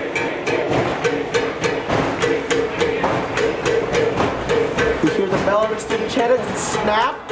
Spears drops back, the pass, and it is maybe intercepted in the end zone. Intercepted, but it appears to be Zacatobre on that play as Bellarmine will get the ball back. Wow. A phenomenal play after getting beat last drive for the 50-yard touchdown. Atobre recovers, able to make up for it with the pick as the Bells will get the ball back at around their 2-yard line. And Spears had a couple of guys. His receivers had steps on the Bellarmine cornerbacks there, but just a heck of a catch by Atobre. I think they're trying to decide whether he caught that in the end zone or if he caught that outside the end zone. And from Bellarmine, you hope he caught that in the end zone and you get it at the 20 instead of like the 2. It was a little hard to tell. He definitely finished up in the end zone, but it's whether or not he was down before that. Just another great play by the Bellarmine's defense to make a stop. I believe that's the 2nd turnover for the Irish offense tonight, with the fumble in the first quarter, now the interception here, putting both teams at 2 turnovers, I believe, on the game. Yep, couple of picks for Wade Smith, and well, it's going to be a long field. Quentin Hinner spotting that ball at the 1-yard line. This is the 2nd time that the Bells have started a drive from the 1. And Quentin, the last time, of course, Wade Smith threw an interception to set up the first touchdown of the game for Sacred Heart Cathedral. First touchdown of the game for either squad, I should say. As they will look to find, there's no better time than now to get something going. They'll try to get it out of their immediate territory as soon as they can. So again, at this point, any loss of yards could go for a safety. Yeah. It should be 2 more points for the Irish, and they would get the ball back. This is a big drive when you want to get at least a couple of first downs, something they didn't accomplish last time they were backed up against their own end zone, just to flip the field a little bit. And if they can even get a little bit of momentum on offense going into the 4th quarter, especially when they're down by 3. And he's going to get some yards. That's big. Huge gain. That was big for the Bells, as they will be at 2nd and very doable, with maybe 3 or 4 yards out of the first down from where I'm standing. Good run on first down. It's exactly what they needed. Get them out of the territory a little bit. 2nd and 3 for the Bells. They'll look to get something going here on offense. This appears to be Trapani in motion. Snap. Hand it to Foff again, and Foff breaks the tackle, and he has some room to run. He's going to get the first down and a little bit more, as he will get out to around the 18, and there appears to be, oh, he's all good. And this is why you give it to Ben Foff time after time. His first 7 carries, 7 yards. His last 3 carries have gone for 22. Well, he's finally starting to get something going, finally getting a little room in the run game. He's, time after time again, has gotten better and better as time goes on in the game. And we're seeing it again now. The snap, Smith rolls out, and Smith is met in the backfield, and he's got a little room. Smith is intercepted. There's a flag on the play. Now, did he catch that in bounds? He did. Caught it in bounds. That is going to be Eric Bosch, the junior cornerback from Sacred Heart. There is a flag on the play. We'll see what it is. The play stands. It will be Smith's 3rd interception of the game. He had a lot of pressure on him in that play. He threw it right into the hands of Bosch. Well, they are signaling that it's Sacred Heart Cathedral football, so any flag, I think, is going to be against Bellarmine here.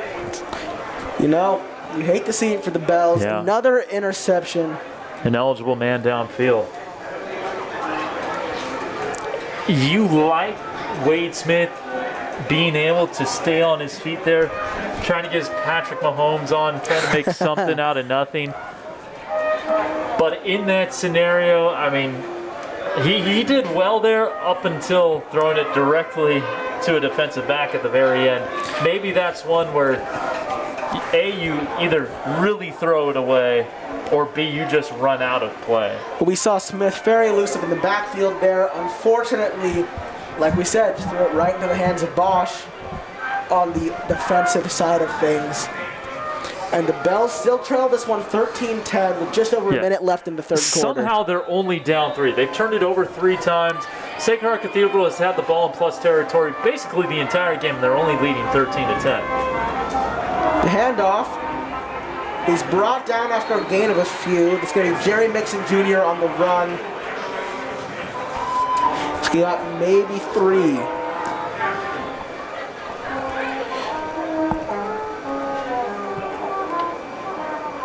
It's a good stop from the Bells defense. 2nd and 9, not even 3. I apologize to all you viewers at home. It's only 1 yard gain, met by the Bells defense quickly. There's just under 40 seconds left in the 2nd quarter. Just at around the 31-yard line. The snap, the pitch. He's got a little room, and the Bells with the stop behind the line of scrimmage. Huge play from the Bells. I think that was Nate Escalada just laying the lumber there. Kendrick Sanders was getting the ball for the Irish, but Escalada just too quick to get into the backfield, able to stop him. It'll be 3rd and 11 as we go into the 4th quarter. Irish 13, Bells 10. As the clock runs out in the 3rd, Irish go into the 4th quarter up by 3 with the ball at right around the 27-28 yard line. 3rd and 11, the Bells will look to make another big stop going in as we start this 4th quarter.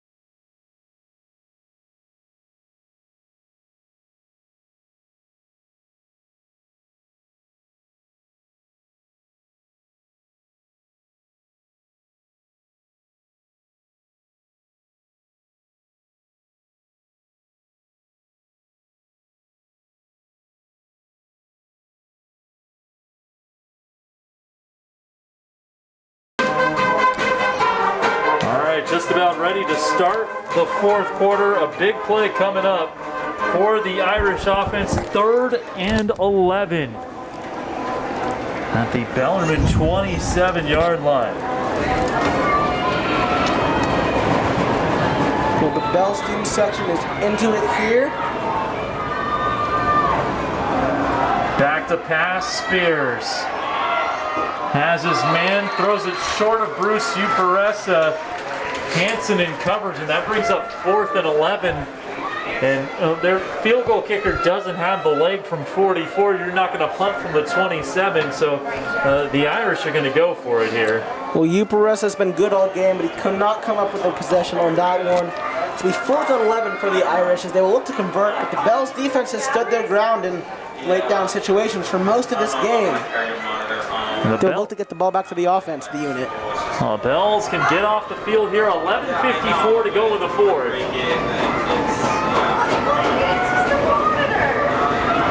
Three receivers to the far side. The fans are making some noise. The band getting loud with the percussion. Spears flushed out by Stratz. Throws it deep. And it's caught in the end zone by Uperessa. Wow. A jump ball falls in the hands of number 11. Touchdown Irish. Now, is there a flag down? What a catch by Uperessa on that play. You know, Spears was under pressure, puts up a beautiful throw to Uperessa. The jump ball, was able to come down with it. Guys are walking back, though. That's not a good sign for the Irish.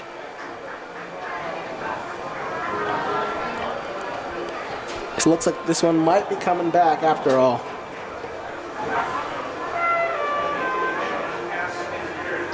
Offensive pass interference. Wow. That's going to hurt him. That's going to make it 4th and very long. Probably will force the punt, I would imagine. Oh, yeah. I mean, you're punting. That was a 15-yard penalty. You cannot go for it on 4th and 26. Not in the 4th quarter of a 3-point game. No. Wow. This is an easy decision here. You have to punt. Well, Uperessa made a nice catch on the ball. Unfortunately, maybe pushed off. Maybe just a little bit too much contact, but that one's coming back. The Bells staying alive here in the 4th quarter. Owen Daly will punt. Atobre standing at his own 10. This punt coming from the 42. Atobre's going to let that one fall. Didn't bounce the way he thought it would. He's got it past the 5. Staying on his feet to the 20. And he's still up there. He's still going. There is a flag down. He's past the 30, going towards the Irish sideline. There's a flag down at the 32 of Bellarmine.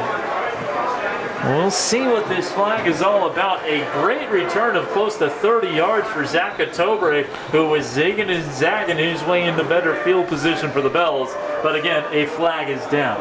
And Brandon Brock had a good block on that play. He kept his arms up. Yes. So he should be clean on that. Yeah. But a fantastic block to let Atobre get some room and get to the other side of the field where he can continue to run. That's 2 good returns from Atobre. Yes, it is. And that flag is not thrown where that block was thrown. Not. It's a little later. It's not that. Not sure what it could be. It could be a block in the back. Could end up being a holding call. I'm not sure. Not sure on what team it's going to be on either, but it's not far from where Atobre was tackled. But it was thrown on the other side of the field. That's true, it was. Well, I think this is against no, it's on Bellarmine. I was going to say, they were talking to Jalal Beachman almost as if to ask him what he wanted to do. But this is going to go against Bellarmine, and this is going to bring them way back. Wow. They're going to spot this, I think, at the 3 or the 2. The 2-yard line. What was the penalty? It was a hold. Hold. So that hold must have held at the 4-yard line. Might be a delayed call as well. And I think maybe Bellarmine's argument is that flag was thrown at the 32-yard line. Why is the ball back at the 2? It's not a 30-yard holding penalty. And so Jalal Beachman giving one of the officials an earful. Probably. Bells are going to start deep within their own territory for the 2nd drive in a row. And the 3rd time all game long. This time a little more room. Instead of the 1, it's at the 2. 11:23 to go in the 4th, and the Bells are going to need some late game heroics here with Wade Smith, Ben Foff and company. Well, they've been able to do it all year. First and 10. Smith throwing, lofting one. DiVittorio has it, beat his man, and that is a big, big play on first down, a gain of 35. Who do you call number 13? Well, those two have just been so good together all year long. And they've struggled a little bit early on tonight, but that play might turn they might turn the tables a little bit for the Bells offense. Maybe they can get some momentum. Maybe they can recover some ground after they've just been shut down all game by the Sacred Heart defense. First and 10 from the 37. Smith tossing it back. That's Ben Foff. Good blocking and a good run as he's finally punched down by Bosch with help from Mixon. It's close to a first down. They might move the chains. They will. It's a gain of 10 for Ben Foff, who in his last 5 carries, make it 4 carries, has 32 yards. That is a great run from Foff. Finally gets some footing in this game late here. There's no time like the present. Ben Foff with a rough start. The Bells offense with a rough start. Smith makes a nice cut, then gets tripped up, balls on the carpet, but the Bells recover. Big tackle by Mixon, heads up play by Trapani. No, make that Nijma to recover the fumble. It will be a gain of 1 after all of that. Well, Rami Nijma with the good heads up play there on that one. Smith just could not hold on to the ball after a nice tackle. But Bells got lucky, they retained possession. 10:08 to go in the fourth quarter. 2nd and 9 from the Bellarmine 48. Kevin Dana with Quinn Dembecki, class of 22. Well, you got to think the Irish cannot be pleased with the score right now. They should be up by a lot more than they are. But the Bells are going to take what they can get. They will fight to stay in this game. They have fought to stay in this game all night long. There's a stoppage of some reason. The clock stopped at 10:02. I did not see a timeout called. Is there an injured player? I don't know. The three of the 5 referees currently on the field were kind of huddled up over there on the left side of the field over by the Sacred Heart sideline. Clock running now, under 10 minutes to go in the fourth. The Bells looking for a score to take the lead. Trailing by 3.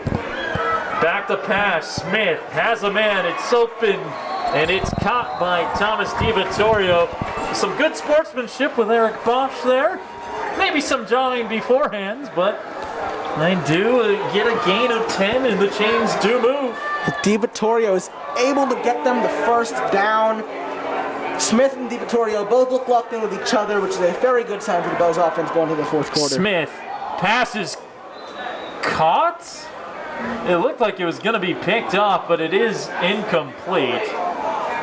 Jabe thought he caught it. Looked like he may have caught it from here. I'm going to trust the referees have a better look at it than I do. One official waved incomplete, but they are spotting the football. I will say this officiating crew, and we try not to get on officials here, they haven't been clear about a whole lot of stuff tonight. They have incomplete. All right. Well, that was just a missile from Smith to get it past the defender. It looked like the defender might have come out with it, but just not able to get it in time as the ball just passed through it too quickly. I just like to see officials maybe be a little more decisive. It's a very tough job. I couldn't do what they're doing, but some decisions have taken a little longer than normal. Oh, and another bad snap. Smith is going to be sacked. Mixon gets into the backfield. And again, you wonder, because Serrano, I mean, he's used to snapping shotgun snaps. You know, this is game 7 of the season. He went down with an injury earlier, and well, there's another big loss. That's going to force a 2nd and long situation here for the Bells. Actually, 3rd and 18. 3rd and long, rather. They haven't moved the yard mark. Oh, just a little far out in front of DiVittorio. It's 4th and 18. And with 9:04 to go, they'll bring on the punting unit. Well, any momentum the Bells started to get was immediately snuffed out after the bad snap by Serrano. 2nd of the game, which might be a cause for concern for the Bellarmine coaching staff. And he's been a solid part of that offensive line all season long. Work to get that corrected as Rainey will go out to punt. Now, I have a chance to pin them deep here. Made a good punt from Rainey. A very high boot. point. See if it can take a Bellarmine bounce. It will not. Kind of a neutral hop. And Hansen will down it inside the 20. It'll be about a 31-yard punt. Looks like they're going to spot at the 19. They will. So you still have 3 timeouts, 8:53 to go. Plenty of time. But Quinn can't give up much here. You cannot. You got to remember, the Irish only have 2 timeouts left in this one, as they were forced to use one early in the second half, as their defense was not able to get into position before the Bellarmine snap. So here we go. The running back is Bernardino now. One of 4 running backs they use frequently. An embarrassment of riches for this Cathedral offense. Uparessa in motion. It's a handoff to Bernardino. Kicks it off. Tackle, and he is slammed to the turf in the background. In the backfield, I should say, by DiVittorio. DiVittorio comes up big on defense this time. Great stop by the Bells defense, as they will look to keep this trend up the rest of the drive. 2nd and 11 from the 18. Bernardino now unofficially 4 totes to the rock for 12 yards. Well, you know, defense has been the mantra for both teams all game. Yeah, it has not been a game for the faint of heart. Hard-hitting smash-mouth football, despite the prevalence of the spread offenses here. 2nd and 11. Here's the snap. Spears throwing, has Uparessa, stays in bounds. Nicely done by Bruce Uparessa. They're going to mark him out at around the 25. And it looks like they're going to spot him 3 yards shy of the first down. So a 3rd down coming up, and a big one. Well, Uparessa has big, especially in the short pass game, all night for the Irish. 7 catches for 86 yards for Bruce Uparessa. 221 yards through the air for Spears. Has just the 1 interception and 2 touchdowns. It's been a very nice game for the Sacred Heart offense. They just have not been able to come through in the red zone multiple times. But it's been a relatively clean game for the most part for this offense. It's the same cannot be true for the Bells. Can the Bells get off the field here? Mixon. He's going to be short by a yard or so. Got hit in the backfield, trudged forward a couple. But Coker and this Bellarmine defense standing tall. Dean Lally getting into the mix of it alongside Gino Cressy and John Pirro. It's a gain of 2, 4th and 1, and the Irish are going to punt. Well, Mixon did a nice job to push forward after being hit in the backfield, but not able to get enough. As just 4th and 1, as the Bells will get the ball with a little bit over 7 minutes remaining in the 4th quarter. Down by 3. And you got to think at this point, the Bells are just hoping to get in the field goal range at least. Yeah. I mean, they have a very reliable kicker in Jack Rainey. He's been good all year for the Bells. Flag is down. This is on Bellarmine. It could end up being a 1st down for the Irish, and it looks like it will. I didn't catch what the penalty was, but it is against Bellarmine on 4th and 1. That is a killer. That is a tough blow for this team. That can't happen, especially not in this type of a game in the 4th quarter. We're going to get the ball back, and now Sacred Heart has an opportunity to follow it up. If they can get some points. And the clock continues to run, approaching 7 minutes now. 1st and 10 from the 33.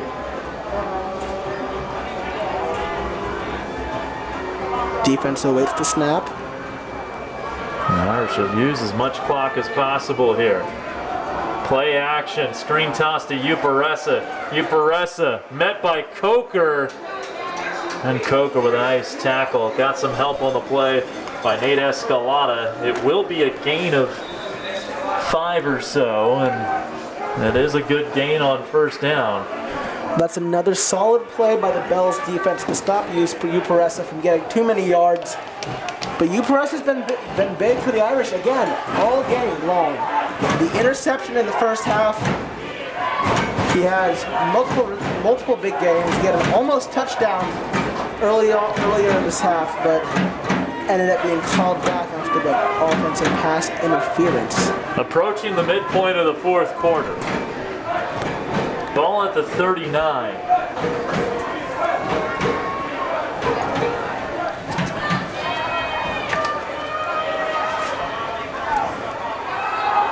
Back to pass. Throws way over the head of Aiden Shea, incomplete.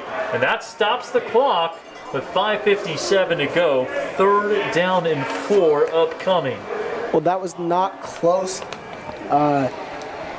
You know, Spears has looked locked in for most of this second half. But that one just got away from him a little bit, put a little bit too much on it. He also really didn't have anywhere to go. Credit the Bells secondary there for sticking to those receivers. A little bit of pressure from the Bells defensive line there. Not an overwhelming amount, but enough to force the throw. Enough to force him to run a little bit. We saw Ryder Brooks on that last play for the first time for the Irish. He's off the field now on 3rd and 4, a huge play. Spears looking deep, throws over the middle, and Keish too high for him. Takes a big hit from Brock, and Keish slow to get up. Uh-oh. That's a huge blow. If he's hurt, it's a huge blow for the Fighting Irish. Yeah, Keish has been big for this Irish offense. 5 catches for 38 yards, and I'd say 2 or 3 of those catches have gone for first downs. But we just hope he's okay. Yeah. With the Bells' mission accomplished, they force the Irish to punt. He's walking okay. It looks like it could be a back thing. But you never like to see. I thought he got cracked in the ribs, maybe. He kind of left himself vulnerable there, had to leap to try to make the grab. That exposed kind of his torso. Yeah. You had Bell defenders coming in from both ways. I believe it was Brandon Brock on one side. Coker was there, Hansen was there. So 4th down, the Bells will get it back. High snap. But dealt well with by Daly. It's going to take a nice bounce for the Irish. That'll be down inside the 25. It's a solid kick for the Irish. Well, the Bells offense started to get something going last drive, but Smith threw his 3rd interception on the night. The Bells offense has yet to find the end zone here late in the 4th quarter. We are now into the second half of the 4th quarter. Under 6 to play. The only touchdown for the Bells, a 70-yard kickoff return for Gino Cressy. That's been it. They had, very first play, they recovered a fumble inside the Cathedral 15-yard line, had to settle for a field goal. Well, early on in this one, it looked very quickly like it might start going the Bells' way, and then they followed it up with another 3 and out against the Irish. But since then, the Irish have proven that they are not to be messed with, as they have had Bellarmine's number, especially on defense. Smith's going to take off. Wade Smith, nowhere to go, runs right into the awaiting arms of big number 8, Derek Reagans III. Well, you know, that's a tough one for the Bells offense. Smith had been able to do it 1 or 2 times with the run game today, but he was just met just behind the line of scrimmage for a loss of 1.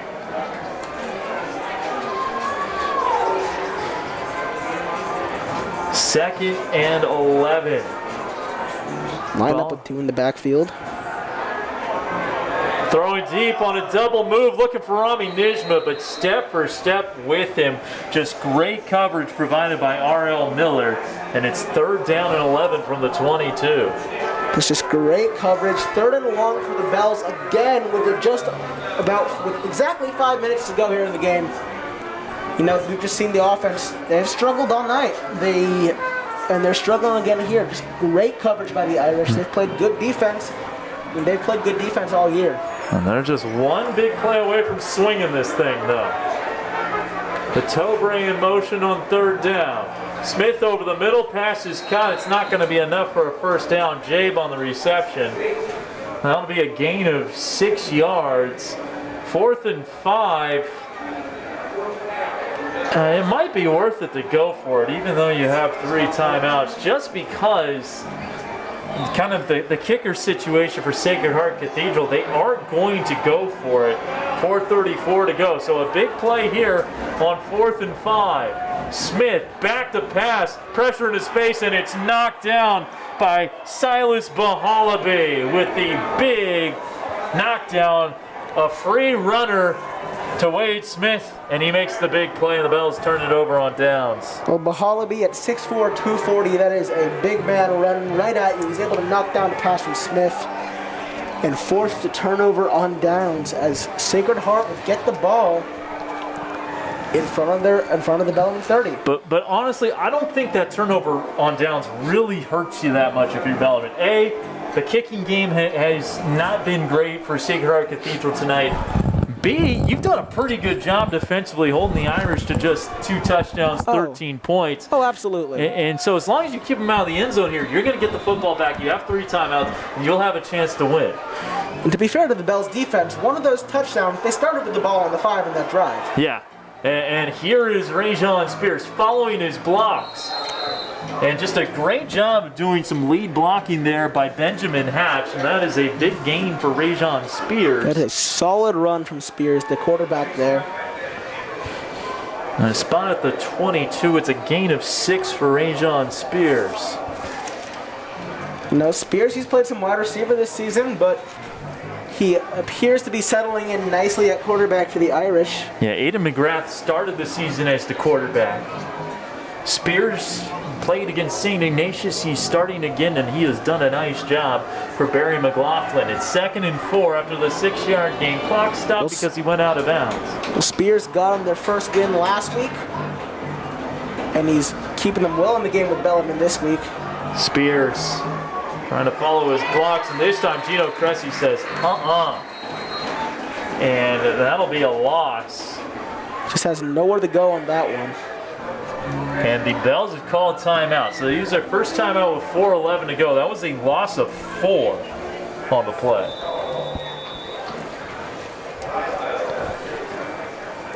4:11 remaining. 3rd down and 8 coming up. What do you want to see from the Bells defensively here on 3rd down? Well, you know, third and decently long here for the Irish. They've been going to the pass game for most of this game. I imagine we could see another screen pass. They've been going to that one a lot, especially the Uparessa. That kind of seems like their go-to all game, and it's worked for them. If they can get, I mean, like we said, their kicker situation is not ideal at the moment. Chances are they go for it on 4th down, especially here when you're just behind the 25-yard line. That's a 26, roughly. I mean, if you can get 4 or 5 yards on this play, that's what they're going for. Yeah. So you got to guard the short game, I think. Yeah, this is very much 2-down territory for the Irish. And you mentioned it, the screen game, especially to Uparessa, has worked very well. Also, Quiche, kind of in those routes over the middle of the field, those have been money makers for the Irish. Here we go, 3rd and 8 from the 26. Quiche is back on the field yet. Quiche is. He is. That's definitely good to see. Lined up near side, the second receiver out of that bunch of 3 to the right. Spears back to pass, throwing for the end zone, and it is tipped and caught. Touchdown, Irish. Oh my goodness. R.L. Miller, are you kidding me? What a catch. Makes it a 2-possession ball game for the Bells.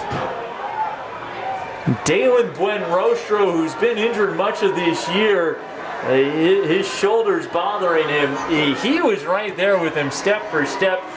It was tipped up, but Miller was able to hang with it, and it is a 2-possession game with 4:04 to go. Buenrostro is very visibly hurt right now. That's not a good sign to see, especially with the injuries he's had this year. The extra point is up, and it is good, 20-10. Well, that's going to make this a tough game for Bellarmine to come back in, especially with the way their offense has been playing tonight. 2-score ball game with 4 minutes left in the game. I mean, we've seen crazier things this year. They're definitely not out of it, but they need to get something going on offense and quickly.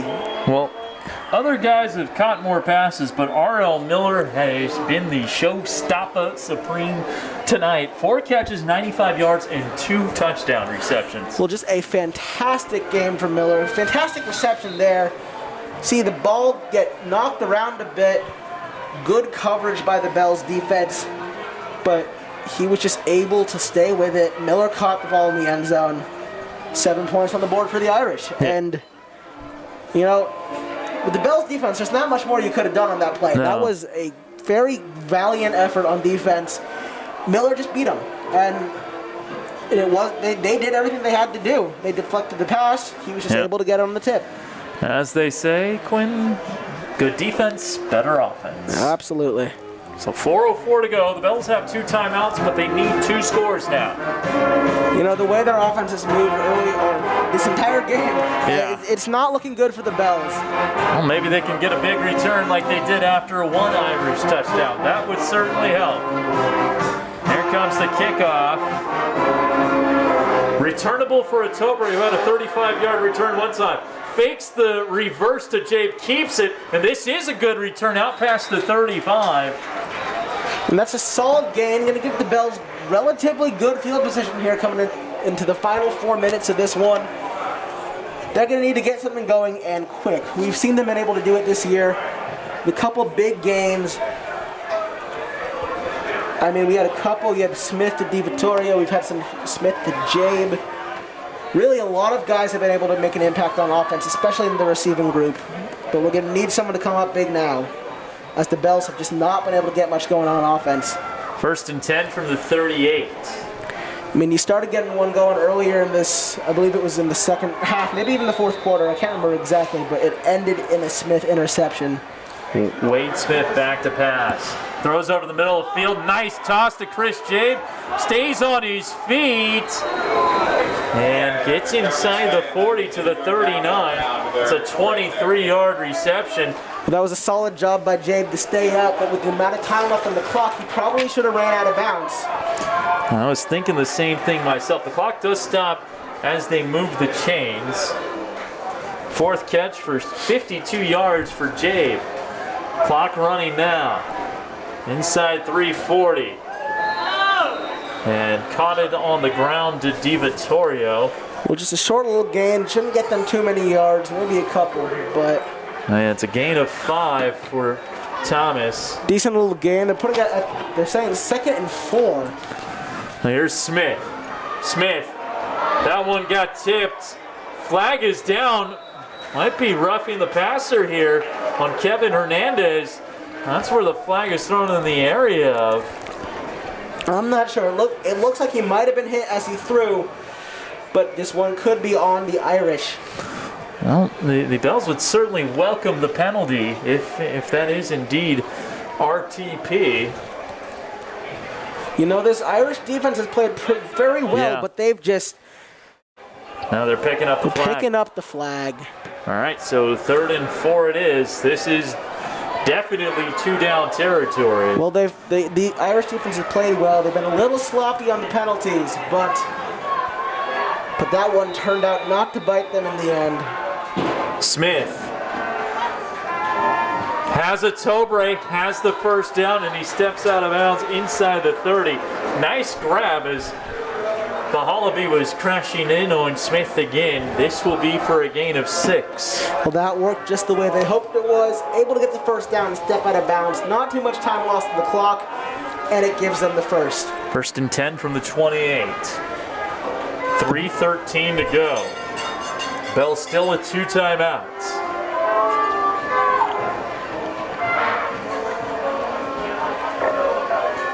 Smith looking deep. This one is incomplete.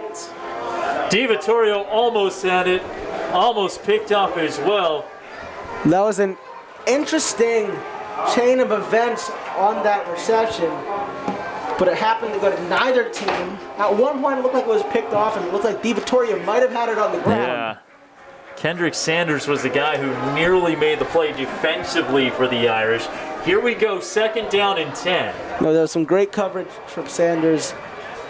Smith trying to find DiVittorio. Oh, hit as he throws. Pass may have been deflected a little bit. Yeah, Bahalaby again. We saw him make the big stop on 4th down with the pass batted down behind the line of scrimmage. This time he got a piece of Smith's arm. That brings up 3rd and 10. Well, Bahalaby's been good all game for the Irish, especially late in this one. We got just over 3 minutes. Ball's on the 28. 3 receivers near side in this 4-receiver set. Low snap, and Smith lost it. They're going to say it's an incomplete pass, and wow. And Smith is down. Smith is down. Is he upset or is he hurt? He looks okay.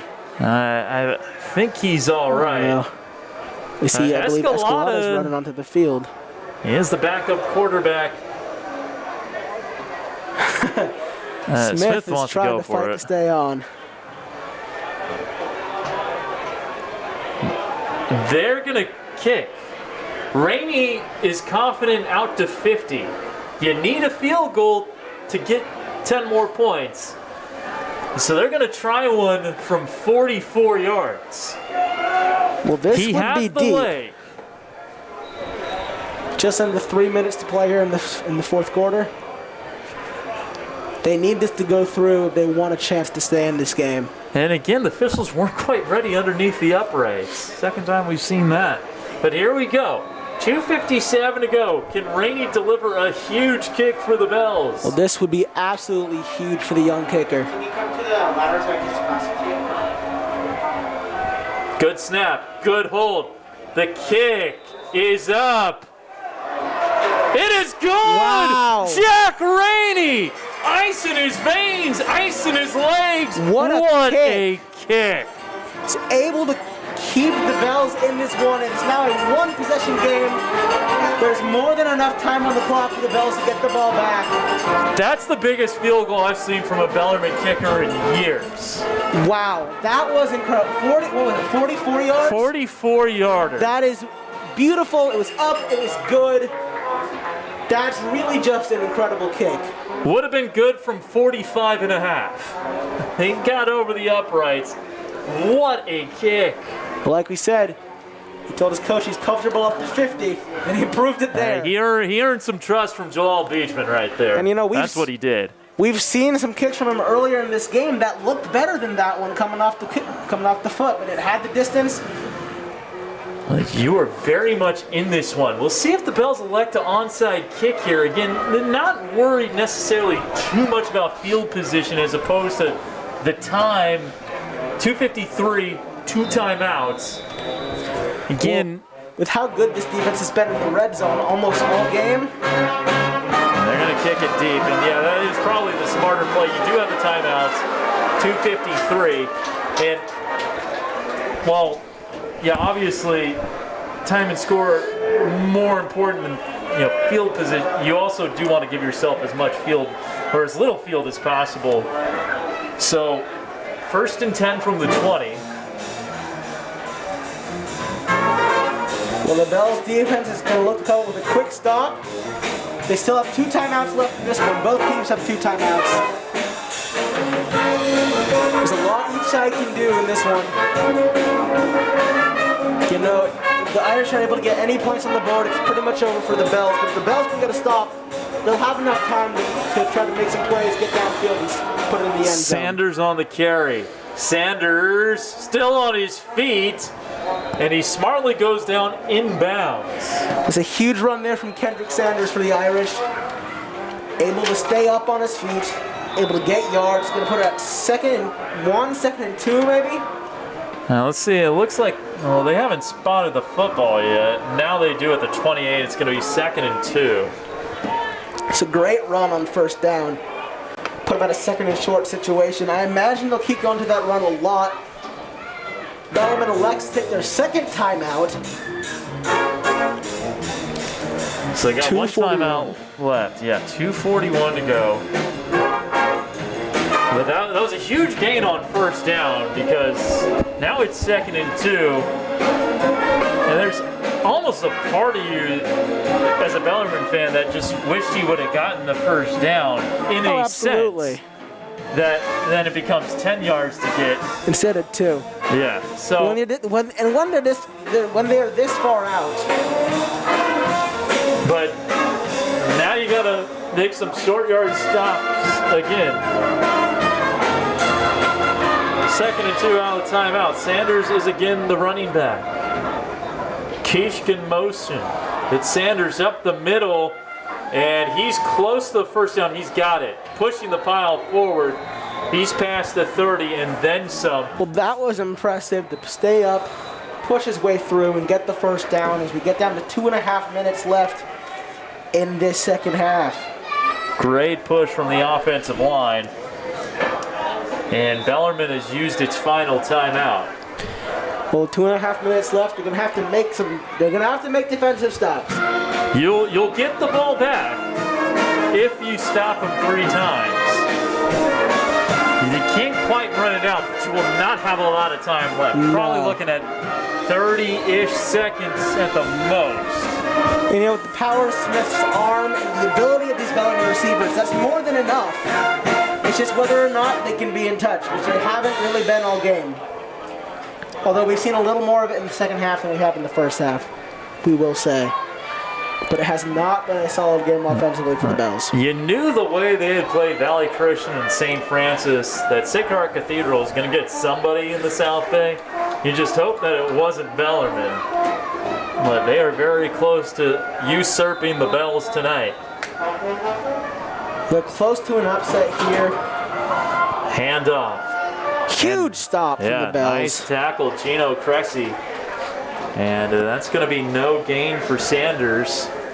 But again, the Bells are out of timeouts. That is certainly big for the Bells. Another big play from Gino Cressy. We've seen them all game. A couple big sacks, a couple big tackles for losses, and then, of course, the 70-yard kick return. So they're going to snap this under 2 minutes. Right now the clock at 2:01 and running. Second down 10.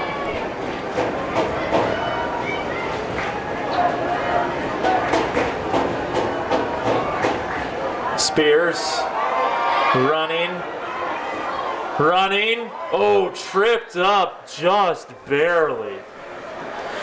Well, if he was able to break that, he had some room to run. Would have been game over. But the Bells managed to stay alive. Third down. They can stop him here. Chances are they get the ball back. But you never know. If it's fourth and short, they could try to go for it and put the game away. It's 3rd and 3. After the 7-yard gain there. So they're going to snap this around 1 minute. Well, Bellarmine's probably going to have 20 seconds at most if they get the stop here.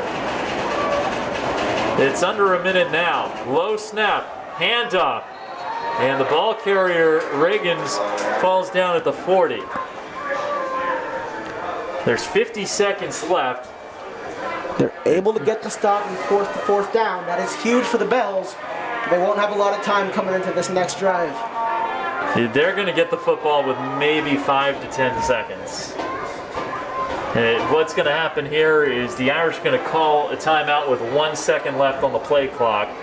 And I think that last play stopped at around 50 seconds, so I think this timeout's going to come around 11 seconds or so, if I'm doing my math right. Well, the Bells will probably have one play. Yeah. Now the question is, the Irish go for it on 4th and 2, or do they kick it and give them the Bells a rough field position? Because if they can get, if they get the first down, game over. So the clock stops with 10 seconds. That's when the Irish use that timeout. Will they punt? You could do one of those things. It would be risky. You snap it for a punt. You just have the punter run around for a little while before kicking it. That could eat up 10 seconds. Well, if he's able to get back there. Yeah, I mean that probably. I mean, at that point, you might even have. Might be playing with a little too much fire. Might even there. want to put Spears in out there in the punter spot. Right? Yeah. Let him run around because he has been elusive to the defense all game long, getting out of the pocket, being able to make plays. I will say their punter is a tight end as well, Owen Daly. So he definitely has those kind of skills. And we'll see what they elect to do here. I mean, they are in punt formation. It's going to be one play for the Bells after this. Well, let's see what happens here. We've seen him be big in the return game today. Yeah, they could use a block. I don't quite get it, and this one is going to bounce to a Tobre. Falls down on it with 3 seconds left. So one play to go 75 yards, Quinn. What do you draw? Well, it's doable, but it's not likely, I'm not going to lie. But, you know, Smith has the arm, the receivers have the ability, it's just whether or not they can get it. About 12 laterals here.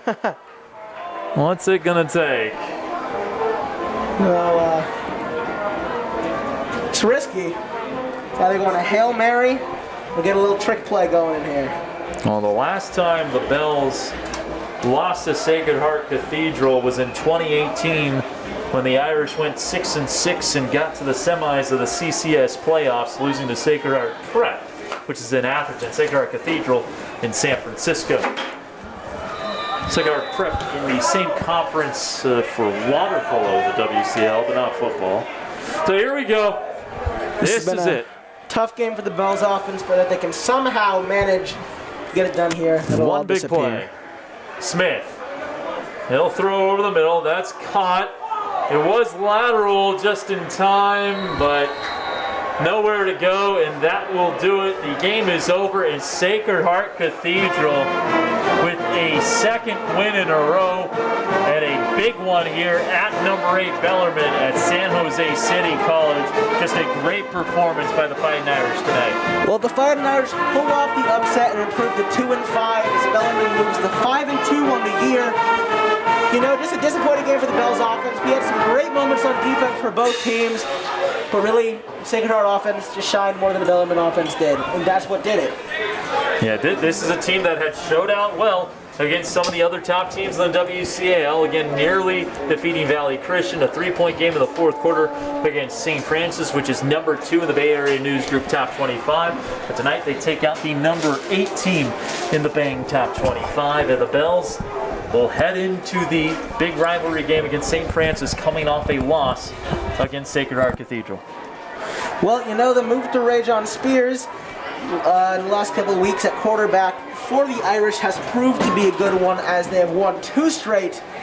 One against a very good Bellarmine Bells team, and last week against St. Ignatius up in San Francisco. I mean, this is just a tough loss for the Bells, and they got outplayed, and when that happens, you typically lose. I mean, it can be said that the score could have been a lot more of a win for the Irish, but the Bells managed to stay in it until the final second, just that they just didn't have enough time in that last possession of the game. Yeah, no, credit the Bells for fighting hard and keeping this as close as they did. Big credit to Jack Ramey for hitting the 44-yarder, but certainly a just scoreline. The Irish, I don't think there's no bones about it. The Irish were the better team on the field tonight. Oh, absolutely. And the Bellarmine defense came up with some big stops, but the offense just did not pull through the way they have all season, which was definitely a surprise. But, I mean, as we mentioned earlier, Irish have been playing good defense all season long. They held one of the best teams in the Bay Area, St. Francis High School, to 2 scoreless quarters. Yep. I mean, they got beaten in the first and they got beaten in the fourth. But the second and third, they played really well. They kept Valley Christian, a good Valley Christian team, in hold most of the game. And then early on in the season against Burlingame, who is currently 6-0 going into today, they held them to 17 points. Yep. And only 2 teams have held Burlingame to under 20 all season long. And they held Bellarmine to 13 points. This is a team that came off a 42-point affair against Archbishop Mitty, and they just couldn't get it done tonight. Yeah, and well, obviously you play Sarah. Yeah, the guys in the locker room, I'm sure, believed they could win that game. But from a kind of fans' perspective, that's one you probably chalk up as a loss. This is the first one this year where you feel like going into the game, looking at the records. Obviously, you have to look beyond the records. Can't take a team like this lightly, and certainly the Bells didn't take this team lightly. Jalal Beachman knew this was a very good team, but this is probably the first loss this season where you say, all right, this is one we felt like going into it we had the advantage, just kind of from an on-paper perspective, and so it'll be interesting to see how the Bells rebound from this loss. Oh, absolutely. I mean, as we said, no one really expected Bellarmine to win against Sarah. I mean, I believe it, correct me if I'm wrong, but I believe it was the first time that they scored against Sarah in 5 years, which, you know, that's an achievement in its own. But, you know, the win against Mitty, I think they were expecting to come into this game a little bit better on offense. than they did tonight. And we saw just a rough game from Smith. Ben Foff didn't get much going until towards the end of the game he did.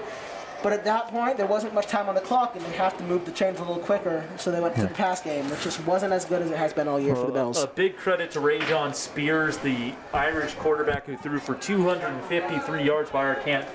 3 touchdowns and 1 interception. He was very good today. Bruce Uparessa, impressive, 92 yards receiving.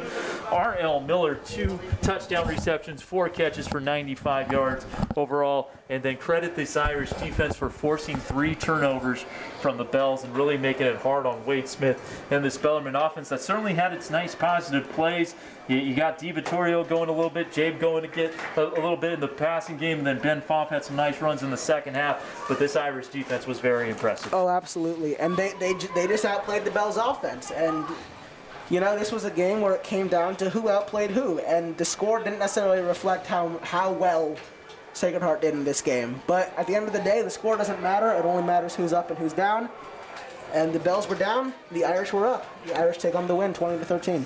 All right, well, that will do it for us. Big thank you to our student crew today, led by Andrew Enriquez, Jackson Snap, Diego Hara, and Akshit Sinha.